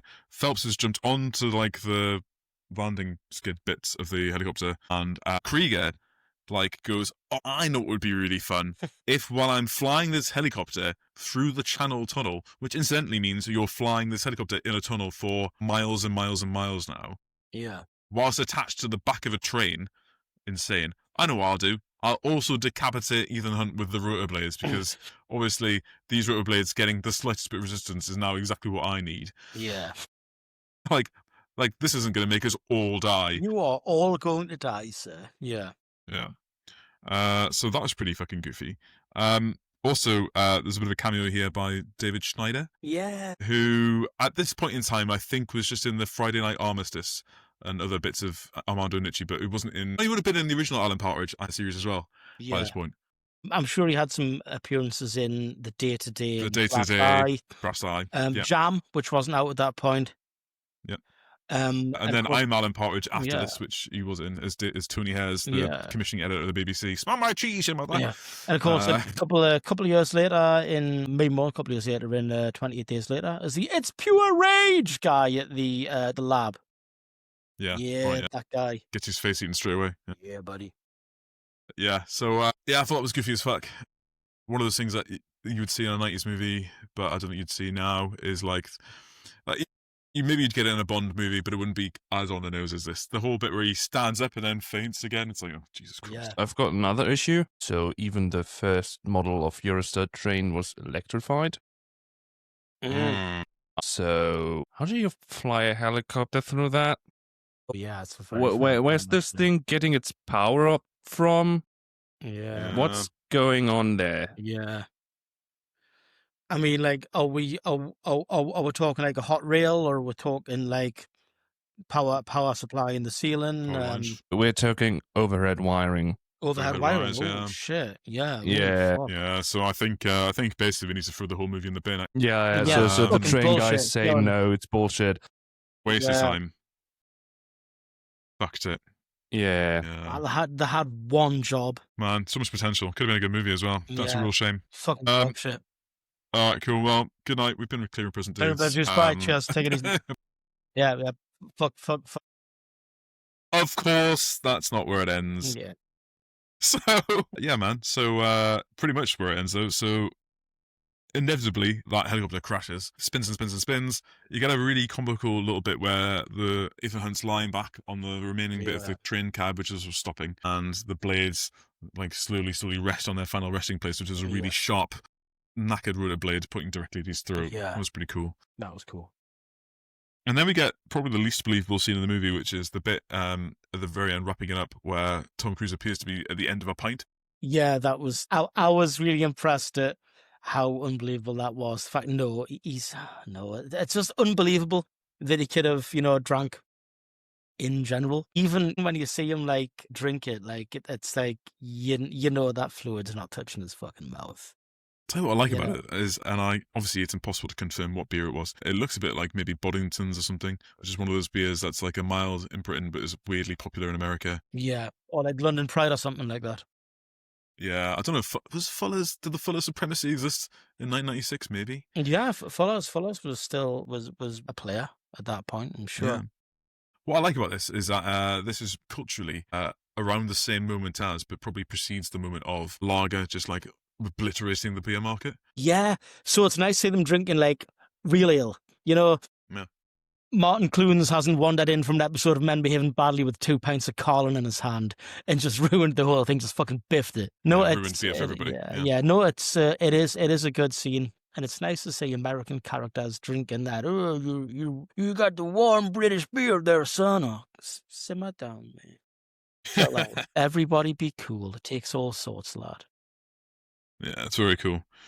Yeah, we have that final bit. So, I didn't even mention it. So, the helicopter's exploded by the final use of the gum. So, Chekhov's cool plastic gum is used to do that. Max is caught up with by Kitteridge. Yeah. He's about to threaten her, and she's like, "Oh, my lawyers will have a field day with this jurisdictional overreach and entrapment." And she's like, "Hang on a minute. Let's try and keep the lawyers out of this." And she's like, "I must have something you want," and it's like corruption. Ha ha. Yeah. We have the final scene in the pub where Luther is kind of like expunged of all his crimes. He's a free man. What's he going to do with his life? Obviously, join the IMF. Yeah. So it's kind of like a prototype for like getting the choice kind of scene that will happen in the later movies. And then final scene is some perfect sequel bait where Tom Cruise is on a British Airways flight. Yeah. I wonder if they were good back in the 90s. They aren't now. But yeah, sure. Agreed. And then we get like a kind of a reprise of the Jim Phelps introduction sequence. Would you like to watch Attendant. a movie? Would you like to watch it? And she's like, and he's like, I don't know. I was like, perhaps the cinema of the Caribbean, Aruba, perhaps. It's like, so that kind of takes us to the end of the movie. I only had a couple of things I wanted to point out before we break for categories, which is music by Danny Elfman. Mostly okay. The scores are fucking wild. It is mostly okay. Like it hits a few like kind of not so perfect bits, but I think bits I don't like. I think I commented at the time. It's nice to see a film with a fucking score, with like a real ass score by a real ass composer. Melodic and stuff. It isn't just like a bunch of noises or a load of bed music. Yeah, because that's what. Because that's what shit composers like me do. No, but it became like an easy thing for action cinema to do. It's just like, well, we'll just bang a load of drums on it and nothing else. Well, yeah. Like so, just like for these scenes, like lively woodwinds and strings interacting with them and stuff, and it's like a kind of, and it's a thriller. It doesn't need to have that in it, yet it does, and. I like it. It pays homage, I think, to Lalo Schifrin's original iconic theme tune. Obviously, the theme tune's reprised because it has to be. But the rest of the score, I mean, kind of is in that similar sort of vein. You know, you got the bongos and the flutes and all that kind of stuff going crazy. Yeah. I like that. There's only a couple of bits where it kind of fell a bit flat for me, which is there's a really weird triumphant bit when Ethan makes the jump from the back of the train onto the helicopter. Yeah, that wasn't there. And it was like, that was weirdly kind of like... It was like triumphant and very major and kind of like very in your face. And well, I mean, the score's Danny Elfman, isn't it? And I think his wheelhouse is doing things a bit kind of weird and a bit off kilter. And so if you want to get Danny Elfman to do something like heroic, it's like not going to land perfectly, you know. So Danny Elfman is obviously very famous for working with Tim Burton a shit ton, and it's probably his best work. My personal opinion is when he was working on the Batman. Movies, right? If I'm 100% sure that is definitely him, I think it is. But Batman Returns, the Simpsons theme tune as well. Yeah. So that was interesting. Editing was the same editor who did the Untouchables. A lot of the same crew that from the Untouchables that Brian De Palma brought with him. So it's Paul Hirsch who did the editing, same as Untouchables. Stephen Burham is DP, also same as Untouchables. Obviously, the big difference is the producers. So obviously, Cruise and Paula Wagner did the production. I did like the cool extra credit for special makeup effects, which is pretty good, by Rob Bottin. Special makeup effects. Obviously, his background is in special effects. Before he did this movie, his kind of big career hits were makeup effects were RoboCop and Total Recall. That explains a lot. And The Thing as well. That really explains a lot, actually. It's like the general quality that he's bringing out. Yeah, holy shit, man. Yeah, exactly. Yeah, so an incredible crew on this movie as well. That's all kind of what I talk about, really. Just kind of highlight some of the awesome kind of pedigree of the crew. Yeah, no, definitely. Cool. Welcome back. We're just going to go through the categories now, as we always do, starting with casting. Kristin Scott Thomas has a very small role at the start of this movie, but she's obviously like a tremendous actress, very well known, I think, but worth highlighting anyway. Around this sort of time, she'd just done. I think her big break might have just come from Four Weddings and a Funeral, a couple of years before this. So that was pretty cool. And then she'd go on to do The English Patient after this, I think, the next year. So that's obviously a big moment for her. Of course, now she's currently in Slow Horses as second desk Diana Taverner at MI5. So she's stuck with a spy game. But cool. The main one I want to bring up is he's easy to miss if you're not looking out for him. Dale Dye is the guy who plays Kit Ridge's like number two, like his sort of guy he's always bitching off orders to. Yeah. And Dale Dye is like a great character actor. I mentioned it earlier on, but I'll go through his career properly. So he plays Frank Barnes in this movie, but he's in Platoon, he's in Spy Game, he's also in, I'm just going to scale all the way back to the beginning. So some context, he does an absolute ton of military consultancy work. So he's got like special thanks in loads of stuff. So Invaders from Mars, technical advisor, Platoon, technical advisor, Casualties of War, Born on the 4th of July, So you can see that's maybe how like Tom Cruise met him and got on the job. Jacob's Ladder, Stockade, Dogfight, JFK, technical advisor again. Last of the Mohicans, technical advisor. Forrest Gump, Natural Born Killers, absolute ton. And then his actual credits as an actor are also just as many. There's loads. So again, he's an infantry colonel in Born of the 4th of July. He's in the Fourth War. He's in again. He's in JFK, like I mentioned. Under Siege, he's in as well. He's also in Band of Brothers. He is Colonel Robert F. Sink. He's in 7 episodes of that. So I think he also comes out to visit them during the Battle of the Bulge sequence. Do you remember that? Yeah, he's done so much video game voice acting work. Medal of Honor Allied Assault, the utterly batshit Medal of Honor Rising Sun, which is just crazy as Medal of Honor games go. Holy crap. Battlefield 2 Modern Combat. The one absolute not good film in this appears to be Sniper Special Ops, it's a Steven Seagal film. It's not one of the limited 5 or 6 Steven Seagal films that are cool. There's a guy in here called a German actor called Andreas Wisniewski, I want to say. That pronunciation's probably terrible. He's the long-haired blonde guy who's wearing the ginormous coat, so he's got the humongous shoulders, who's Max's bodyguard. Yeah. He's the guy who's sitting on the bench during that bit. He's in Die Hard. He's in The Living Daylights as Necros. He's in obviously this Mission Impossible, but he also returns in Mission Impossible Ghost Protocol as well as a different character. The Fog's Contact. So he's Max's companion, and now he's the Fog's Contact as well. He's in Scorpion King. And then, around all that, he's also in 2 episodes of The Bill. Incredible. This is fantastic. Henry Czerny, I mentioned it before, I'm going to mention him again. Obviously, he's Robert Ritter in Clear and Present Danger. Yeah. He's also in The Pink Panther in 2006. He obviously makes a return to the Mission Impossible franchise. In the meantime, he's also done one of those Netflix holiday movies. He was in Schitt's Creek, and he's in Scream 6. He's also in, this is pretty cool, you know, they made a bunch of Blade Runner, remember, the Animatrix? They did, a similar thing for Blade Runner 2049, where they made a bunch of animated shorts, and he's in one of those as well. Quotes. You've definitely got some quotes, my friend. An absolute bar is, you want to shake hands with the devil, that's fine with me. I just want to make sure you do it in hell. That's what What does that mean? line. What a line. That's up there with there's no way you can kill me that matters or something. It's from that meme. It's like, you can't kill me in any way that matters. It's bars. Absolute bars. It's a cold fucking line. It's a film with some excellent quotes in it. But that one's one of the best of them, definitely. Yeah. And the one about the just Jim Phelps's whole bit. Will you think about it even if it was inevitable? No more Cold War, no more secrets you keep from yourself, answer to no one but yourself. Then you wake up one morning and find out the president is running the country without your permission. The son of a bitch, how dare he? Then you realise it's over. You're an obsolete piece of hardware, not worth upgrading. You got a lousy marriage and 62 grand a year. Counterpoint though, is his marriage that lousy? I mean, he's really punching with his wife, He's tremendously punching, yeah. I mean, his marriage isn't that bad. I mean, he's concerned that she's having sex with Ethan.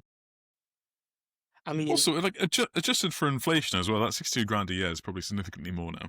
Yeah, and you could literally just set yourself up doing any kind of private security consultant work, which will be easier and lower stakes than IMF stuff as well. You could kind of just chill and run security for PricewaterhouseCoopers or something for the rest of your career, and then retire with your suspiciously young wife. It's fine. You don't need to do this stupid shit, man. Come on, buddy. I love. I mentioned it earlier. I like when Ethan Hunt's giving Jack shit during the heist at the beginning. Yes. When he's got the big foghorn leghorn voice on going so good. Jack, I believe we did have a Jack, an unreliable fellow as I recall, constantly late and behind in his work. I was forced to tie him behind one of my best stallions and drag him around my barn for a few days. I was for a few days. Yeah. It quickly pivots from a bit of a lark to the destruction of a human. Yeah, right. I mean, it's like driving for a few days. The body was fed to the pigs. Sorry, go on. Hasta lasagna, don't get any anya. Any more quotes? Kittredge, you've never seen me very upset. I really like that my mom was a little confused how the DEA could mistake her and Uncle Donald for a couple of dope smugglers in the Florida Keys. Because not only is it a quite funny line that I think's well delivered, it also neatly ties up how they kind of got the family out of it. Like, you see, there was this little mistake, and it's like a neat little sentence that kind of clears up plot holes. And I like that. I like that both as a quote, which is funny and well delivered, and as writing, which clears plot holes up in a really unobtrusive kind of fun way. It's a weird bit of plot motivation for Ethan Hunt. I don't know if we needed it. Yeah.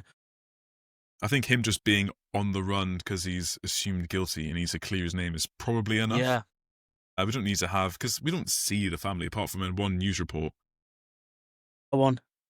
Dying slowly in America, after all, can be a very expensive proposition.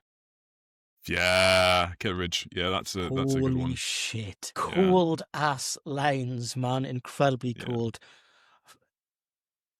Hold Relevant. up. His writing is this fire. Cool. Right. Needle drops. There's only one needle drop for me in this movie. I don't know if you've spotted any more. It's in the pub at the very end. Dreams by the Cranberries. Yeah. And I was like, yes, awesome. Quite a few letterboxd reviews reference that song and that scene. Evergreen song. Absolutely fantastic. Total tune.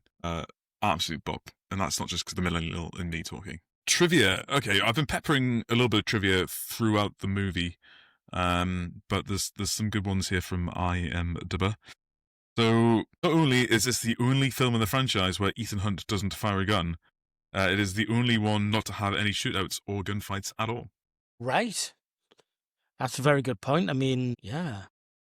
Yeah, all the combat is hand to hand, and there's not that much of it actually. Yeah. Tom Cruise deferred his $20 million fee for a percentage of the box office takings instead. Incredibly Ended up earning $70 million, so yeah, incredibly wise indeed. This is weird and racially charged. The producers, i.e. Tom Cruise and Paula Wagner, cast Ving Rhames as Luther because they felt he was the opposite of what a hacker normally looks like. I suppose if you were to say what does a hacker normally look like, if you're looking at cinema, you'd have to say Matthew Lillard. Yeah. Or what's his name from Elementary? Yeah. Oh, Jesus, tip of my tongue. In Shallow Grave. Johnny Lee Miller. Johnny Miller, yeah. When did Hackers come out? 95. So I guess. I mean, I am pretty sure that. Yeah, there were non-white people in the team in Hackers. I love that. Also, if you're going to look at that, right, another movie that came out in 1995 that had hackers in was The Net. Yeah. Starring Sandra Bullock. And I suppose Ving Rhames is the opposite of Sandra Bullock. It's the opposite of Sandra Bullock. What does that even mean? How do we even come to these like decisions? The platonic opposite of her is Ving Rhames. How? I'm actually wearing. This is weird. I'm actually wearing a T-shirt that celebrates the film Practical Magic. Holy shit! Starring Sandra Bullock and Nicole Kidman. It's incredible. Record Channing, Diane Wiest. Yeah. Diane Wiest fiction. Yeah. I've just pulled up some trivia of my own. I've just found a transcription of the T-line shorthand from the cafeteria scene. It reads, "Remember to telephone Mr. Smith to clear all security files combinations lock in /4 filing cabinet. Make lunch arrangements with William Pugh for next Tuesday. Check through ... make ... for next." You see, someone says, yeah, well done for them using real shorthand Pitmans instead of some props department scribble. This looked like T-line to me. This really looked like T-line to me. While you're talking about that, I can't believe we didn't touch on this in casting. I didn't realize this, but Emilio Estevez isn't credited in this film. Yeah. So that whole thing is one big uncredited cameo. Yeah. And I don't know. Have we talked about this already before? But Tom Cruise does lots of cameos in Emilio Estevez films. Yeah. I'm sure you mentioned it at some point. Maybe not on the pod, but maybe in like our group chat. Possibly, yeah. So there's a sequence in Young Guns where Tom Cruise is in the background in Young Yeah. Guns during like a shootout scene and stuff for like a while. This is quite cool. According to Emilio Estevez, the scene of the IMF team gathered around discussing the mission that opens the movie was added at the suggestion of George Lucas. So I said it was different from the screenplay. Yeah. Added at the suggestion of George Lucas, who said the movie needed a spaghetti scene, a scene where they are all sitting around discussing what's next. The cast was brought back during reshoots to film the scene. Right. And I agree with that. I think they do need a little bit at the beginning where there's no tension on, so you understand who the people are, the dynamics, who's pals, before they're straight into work mode. Yeah. It makes you more invested when most of them get horribly murked in the next, 15 minutes, too. So, Exactly, yeah, totally. Jim Phelps is the only character from the original TV series in this movie. Apparently there's quite a lot of blowback from fans of the TV show when they kind of took like the beloved main character of the TV series and turned him into like a bad guy who gets murked. At the time, I can kind of understand that. Quite a ballsy move by, let's face it, Tom Cruise, to make that happen. Let's do the oversell of the military industrial complex. Haven't done it in a while, but this one really fits our we're bringing it back from the dead, guys. We're bringing it back, the most egregious oversell of the military industrial complex, with this film that really does put a large amount of mustard on the MIC. Oh yeah, big time. This is like, it's probably more, it's a fantasy movie, isn't it?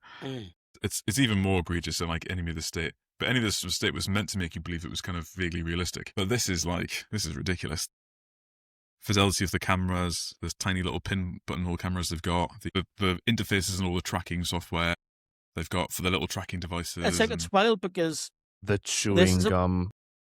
Yeah, the gum. The only gum my government gives me is to do the opposite of constipation after a field week. The net explosive quantity of that gum technically probably counts as an explosive. An interesting thing about this film, and it's like kind of a relationship with technology, is that it both acknowledges the fact that things like Usenet and Netscape Navigator, because you do see Netscape Navigator being used, exist, but also you've got, it's a drum I've beaten earlier tonight, but these glasses that have miniaturized cameras in them so small that they're completely unobtrusive and can't be seen at all in the slightest, and have these as picture perfect images. I mean, you would struggle to do that like today, like right now. Like tiny little fuck-ass 1990s wireframe glasses, essentially, incredibly dad-coded, with just like, there's just an invisible camera that gets perfect quality shots. That's definitely one of the biggest oversells. Yeah. I'm not quite sure how the polarized lenses of the sunglasses worked either. So I mean, with the spray agent that showed up on them. Yeah. So it's like, what is it? Like, I can't tell. Yeah, go on. I was going to say, is it some sort of radiation? Or like spectrometer or something? It's like, yeah. Because I know it's like kind of just predator vision, isn't it?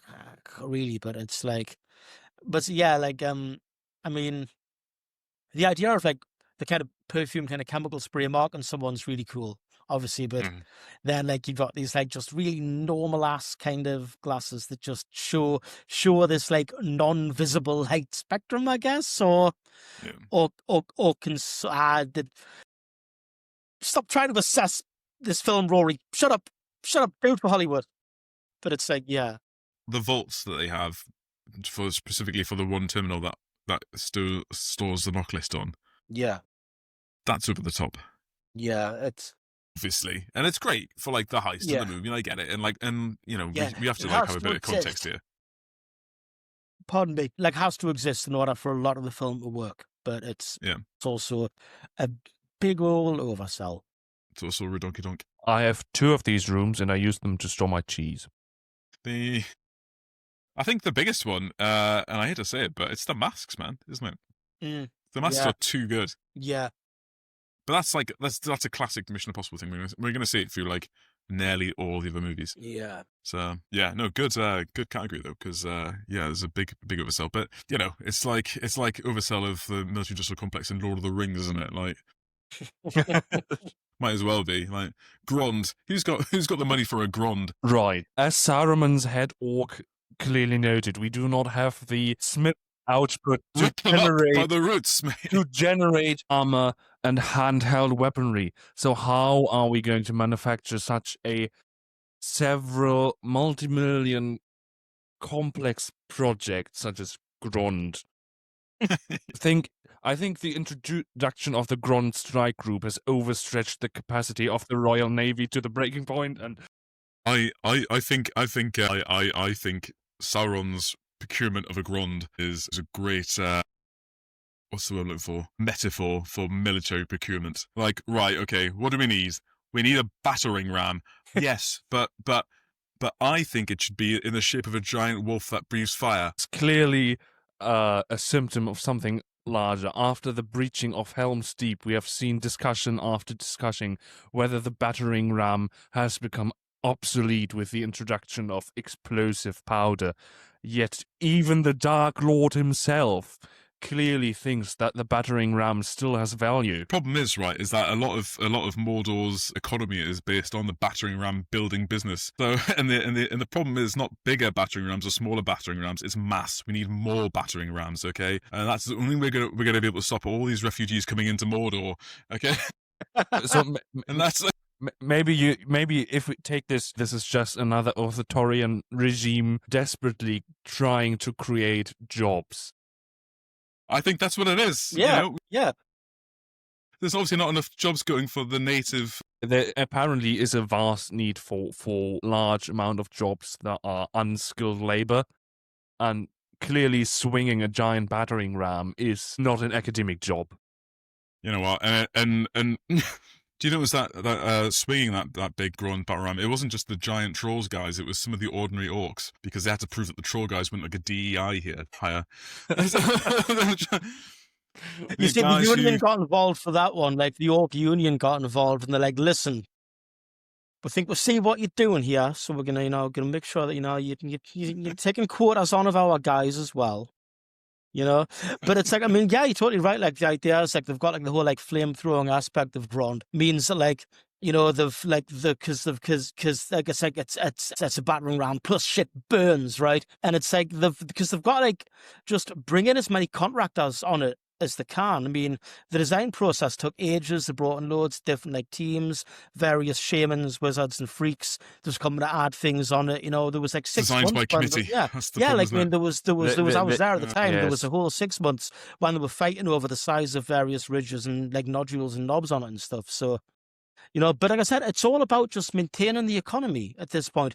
Do you want all these orcs and whatever unemployed? No, because at this point, they're going to start listening to that fucking Hobbit music, right? They're going to start smoking the Hobbit's pipeweed. It's going to warp the minds. And all of a sudden, great, bang, orcs rise up against you and you're hanging from a lamppost. Nobody wants to fight anymore. But Sauron's looking ahead. He's like, right, once the White City is gone, what am I going to have my guys do? Yeah. But once again, this is an ongoing problem. Clearly, the Dark Lord does not even want to pay for orcs, because why else would he need to involve men from the East? Apparently, he has to get the Haradrim involved because they're just cheaper, unpaid foreign labor. It's not even that. It's pirates as well. Actual, honest-to-God pirates. Yeah. Unscrupulous. Stealing Mordor orcs jobs. Shocking the state of it, man. Make Mordor great again. Would this movie have been better with Dr. Jack Ryan, Dr. Richard Kimball, or President James Marshall? Well, I think the answer's pretty obvious. It's Dr. Jack Ryan. Because who else is going to face off against Kittredge again? Or in this case, Rissa. Yeah. And Dr. Jack Ryan. Absolutely fair one, yeah. I can hear Harrison Ford going, "You've never seen me very upset," as well. I can hear him say, yes. He could easily be folded into it as someone who assists Ethan Hunt in like the kind of end game of the film easily. Him and Ding Chavez and John Clark just fucking swaggering in and just it's like, I heard you were making a movie that had no guns in it. Yeah, it's like, I'm gonna fucking change that. Me and chronically underused Domingo Chavez and even more chronically underused John fucking Clark. We are gonna change that, dude. 2-person body count. Fuck that, man. Streets are gonna run red with blood. Yeah. I think that's it for those guys. Weird little guy played by Peter Falk. Yes, he could have been. I Like, want Peter Falk as guy. Ethan Hunt. Yes, and doing all like the horny stuff as well, and like Vanessa Redgrave's just like proper like trying to mac on him, and he's like, So, Jim, I just have one more question. Yes. Yes, Dad. Just imagine him taking off weird masks. Yeah. Like he pulls off his Peter Falk mask and there's another Peter Falk underneath. Exactly. I was going to say like the ultimate like twist is Peter Falk takes his Peter Falk mask off, and it's just like still Peter Falk, and it's like, you thought I was pretending to be Columbo the whole time? No, I'm actually star of stage and screen Peter Falk, making an himself. But you have appearance. never seen me upset. Or it's Columbo, Peter Falk rips off his mask and it's the granddad from The Princess Bride, Peter Falk underneath. Incredible scenes. He could have played Phelps. He could have played Kittredge. Could have played Kittredge's buddy. He would have, yeah. Hey God, Krieger, I love it. Krieger's the one. Krieger's the This one. is supposed to be Yeah. a zero body count mission. Perhaps. He's with the knife and the rat and the the comedy of him like trying to like pull Ethan back up again from the rope and everything. Yeah. Imagine him flying the helicopter. Yeah, with like a cigar, like Yeah. sticking out of his mouth, and yeah, I can picture it. I mean, I know that we fucking idolize Columbo in this pod, but I can imagine him flying the helicopter adeptly better than anybody else in that film. He'd be he's giving me like A-Team vibes. Yeah, it's like I'm like the last to hear this, I think, but I was really amazed and really pumped to hear that like as like Dirty Mac that he wears in Columbo was his own coat that he provided. That's amazing. I think that's mint. That's the platonic opposite of Steven Seagal bringing what appears to be his own sidearm to all his films and still not being able to sucks. shoot properly with it. You know? Have you seen the? I see. statue? Fucking once again, I'll say it. Watch a Steven Seagal film. He clearly brings his own old busted ass 1911, and he blinks when he shoots it. I will bang the fucking drum about this for a long time. We're never going to do a Steven Seagal film because none of them really fit the kind of vibe of the show. Yeah. Okay. Have you seen the Columbus statue they got in Budapest? No, but that's based. There's like it translates to like Falk Street. So they've got like a bronze statue of Columbo like scratching his head and his dog in front of him, like the little beagle. Jeffrey Wright, could he be in this movie somewhere? Undoubtedly, but where? He fits with the vibe. He fits with its American centric, obviously, kind of storytelling. Mm-hmm. He plays a great like conflicted American. You know. Yeah. If they wanted to make Kittredge less of just a company man, they could have made given a few more dimensions with Jeffrey Wright. Yeah, he wouldn't have made sense playing Krieger. That's for sure. No, absolutely not. No, he's got to be like, conflicted guy or someone with a quiet dignity. Have you watched the new Knives Out movie? Oh, really worth it. It's a really good movie. Jeffrey Wright's in it for like probably 5 minutes total. He's got like a scene at the start of the movie and a scene at the end of the movie, but he's fantastic. Just comes in, bosses the scenes, walks out again. Amazing. Brilliant. Love the guy. Right, the question that we've all been waiting to ask, is this movie pro or anti the Central Intelligence Agency? What? I'm finished. This isn't the end. Samuel Jackson, Oh, you want to talk about Samuel Commander, Jackson? Yeah. U.S. Navy. With Lieutenant Commander Samuel L. Jackson, U.S. Navy, work in this movie. What do you think? Could we possibly replace Kittredge with him? I can see him Very different telling movie. Hunt to go to hell. I'll tell you what you would have to have if you were going to have Samuel L. Jackson do a heel face turn in this movie. He would demand he had a scene with Hunt at the end of the movie where they like resolved their differences and like shook hands so that Samuel L. Jackson got to walk away a hero at the end of the movie. That's not a slide against Samuel L. Jackson. That's just the kind of role I think he would want to have in the movie. Yeah. Well, it would make it a very different film, but it wouldn't be a deal breaker. No. It wouldn't be a film ruiner. I could definitely say it work, and it would be a different film. They could fit him in easier into the sequels, I think. Yeah. Well, as Kittredge still, or like a different role? Different role, I think. Different role, I think. Yeah. That's a very good question. That's a really fucking good one. Christ, that's like... I Oh, damn. I hadn't thought about that. Yeah, where else could he be? Because at this time, what is this, 1996? So this is like post-Pulp Fiction. Yeah, this so is the... he's... Yeah, so what, we're near Deep Blue Sea. Okay. He could have been. Hey, I'll tell you what. He could have been Phelps. He could have been Phelps. That would have been a slightly different vibe. But yeah. I'll tell you what though. Would have been a bit awkward when Tom Cruise pulled off the Phelps mask. Because then it was like it was like it was like Shit. it's like was that Oh. blackface? Yeah, probably did. Probably did. Yeah, no, that's probably not right. No, we can't do that. Yeah. What if he does Luther? What, and lose Ving Rhames? What, exchange Marcellus Wallace for whoever the Samuel Jackson's name was in Pulp Fiction? Does my laptop look like a bitch? Instead of Job 3:14, it's Ezekiel. He could. He could play Krieger. He could play Krieger. Yeah, that'd be cool. Yeah. Yeah. I hate motherfucking rat. I've had it with these motherfucking rats in my motherfucking ventilation vents. shaft. Motherfucker, why are you saying toast? Motherfucker, yeah. Motherfucker. Toast. The sound check is just him going motherfucker, a different. Motherfucker. Yeah. Motherfucker. It's- Motherfucker. The sound check's just him doing his like Royale with cheese bit from Pulp Fiction. Oh, man. Do you know what they call a rat in Paris? A chef. A ratatouille. Yes! Chef.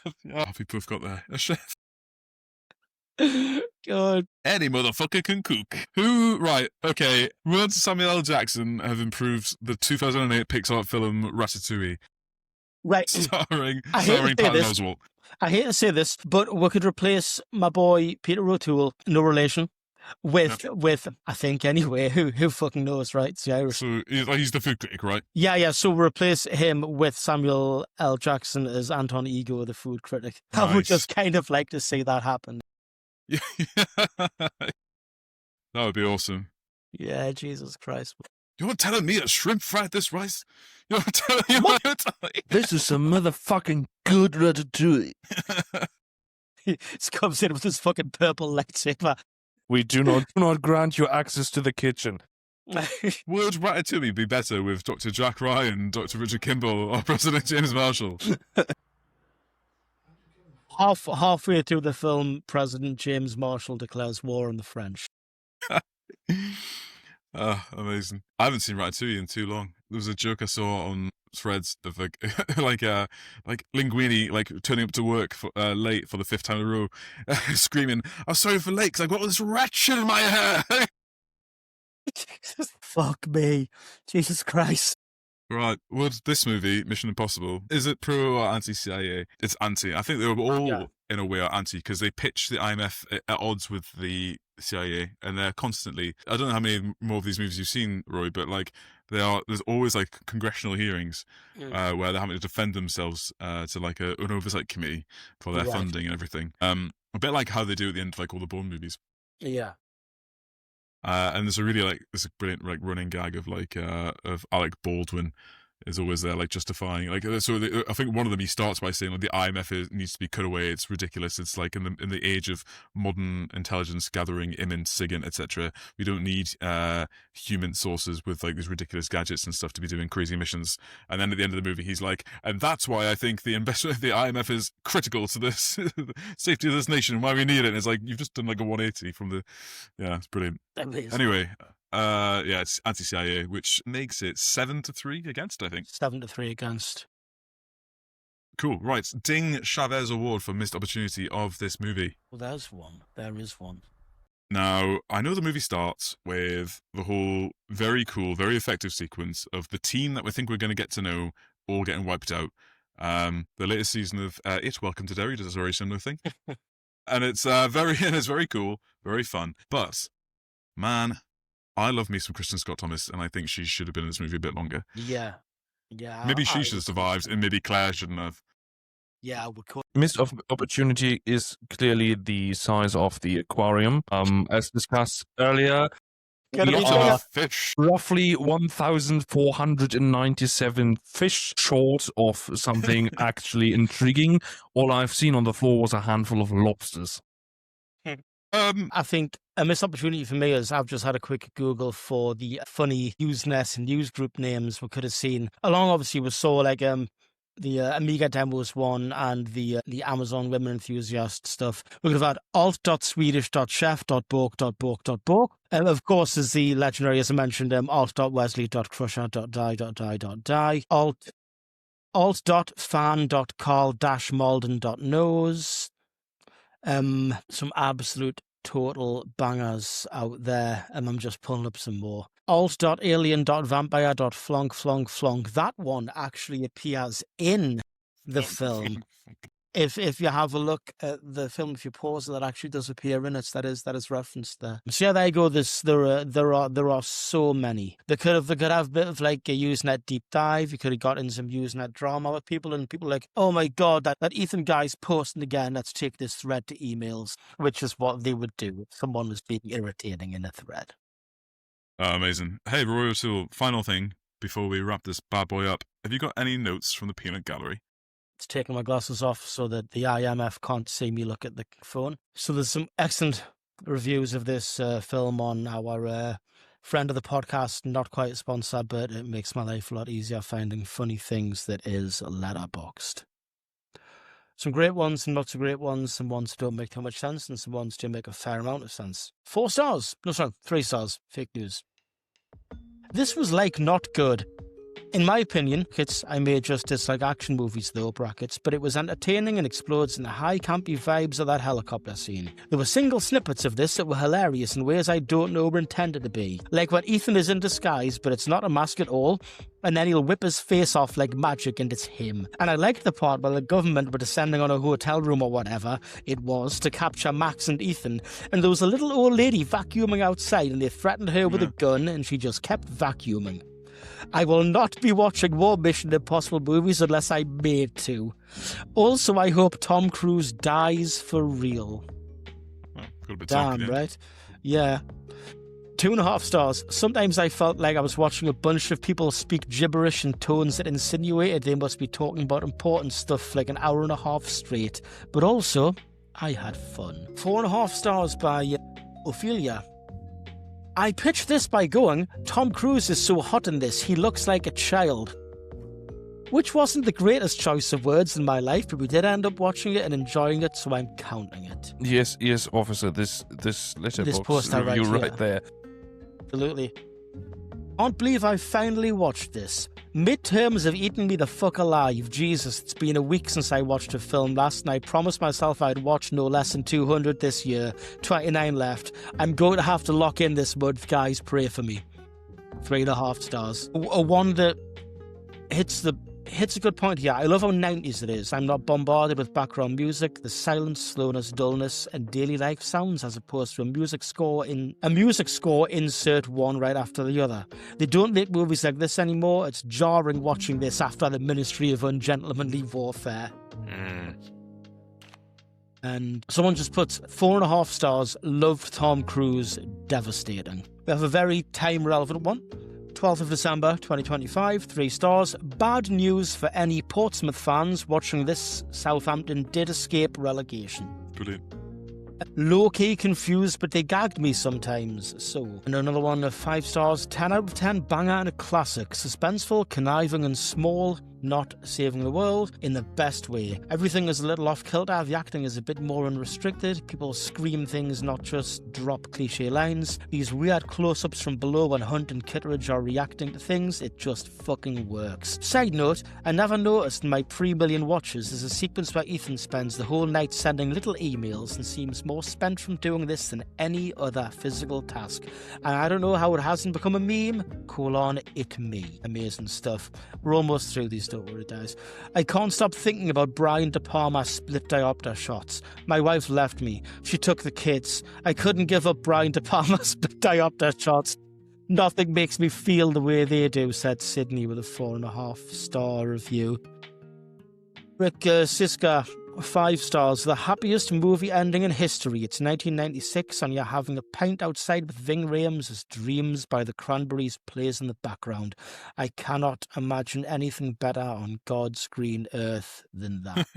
3.5 stars. Tom Cruise has so many good films. It's a shame he's such a weirdo, says Haley. And I think that's a lot of people's opinion on Tommy C. The other Tommy C, not Tom Clancy, but in fact Tom Cruise. Top So Cat. there you go. Top Cat. Cool. Right, that brings us to the end of an episode of Clear and Present Dudes. Before we sign off, are there any final points anyone would like to make about the movie? I've been thinking we've brought up soundtrack and general ambience, and so I found it very quiet volume wise. I've rewatched it today on my laptop, and I had to hook it up to the stereo to actually be able to follow the dialogue in places. Yeah, And that's a really good call, actually. especially in comparison to the later Mission Impossible, and especially the latest one, it's a very quiet film for action thriller. Interesting. Cool. Roy O'Toole, any final comments about the lasting impact of this mission movie? Are you going to watch the rest of them? Yeah, it's been determined that Emma and I are going to watch the rest of them. I mean, like I said, I did say, right, number 2 is a completely different kettle of fish. But yeah, we are going to watch the whole of them, I think, and report back to you. But, You are in for a treat. The next one, Yeah. 3, is one of the best ones, I think. Sweet, get in. Looking forward to it, man. Looking forward to it. Philip Seymour Hoffman. Philip Seymour Hoffman, yes. Yeah. Is there any film he couldn't make better by his presence? There is not. Cool. Right. I guess a little parish notice to our listeners. We're probably going to take a little break over the festive period, so it's not going to be bang on 2 weeks for the next episode like usual. It might be 3 weeks. Yeah. Maybe 4 weeks. And we have to kind of have a discussion about what we're going to do for that movie, and we're going to come back in the new year. What I will say is that at some point in January, we're going to celebrate Michael Manuary. Mm-hmm. So there's bound to be a Michael Mann movie in there. Which one it is, who can say? I don't think we're going to go with Heat straight away. But hey, we might. It's all to play for. It could be Black Hat. Heat's really the brass ring, isn't it? I mean, we've got to bring the A game. We've got to take pre-workout before we go for Heat. We've got to go on a vision quest and climb mountains and shit. You know, it's like exactly. And there are plenty of other options out there before we get to Heat. There's Miami Vice. There's Black Hat. Public Enemies. I'd like to do Manhunter. Manhunter, yeah, big time. The Keep? ? Last of the Mohicans. Don't know if it technically is in spirit with this podcast, but it's a Michael Mann movie. Ellie's coming back into frame now, by the way, guys. Okay, man, I need to... Right, okay. The cat obviously wants to pod over. Okay, cool. Guys, to our listeners, hope you have a peaceful festive period, and we'll catch up with you in the new year. If you'd like to give us any suggestions for ongoing stuff, or contact us, or give us any kind of feedback whatsoever, email us at clearandpresentdudes@gmail.com. You can find me on Threads at MikeD2049, and you can find the podcast on Instagram at clearandpresentdudes. Rory? Yeah, you can find me on twitter.com at Rory O'Toole. Okay, cool. And Sanya, off the grid, still somewhere deep in the Black Forest. If you manage to find me anywhere, I will be equally impressed and concerned. He's escaping over the Austrian-Swiss border this Christmas with the rest of the Von Trapp family. In which case, see you guys in the year. We have been Clear and Present Dudes. Yeah. Merry Christmas. Merry Christmas, guys. Have a great one. Peace out. See you on the flip side.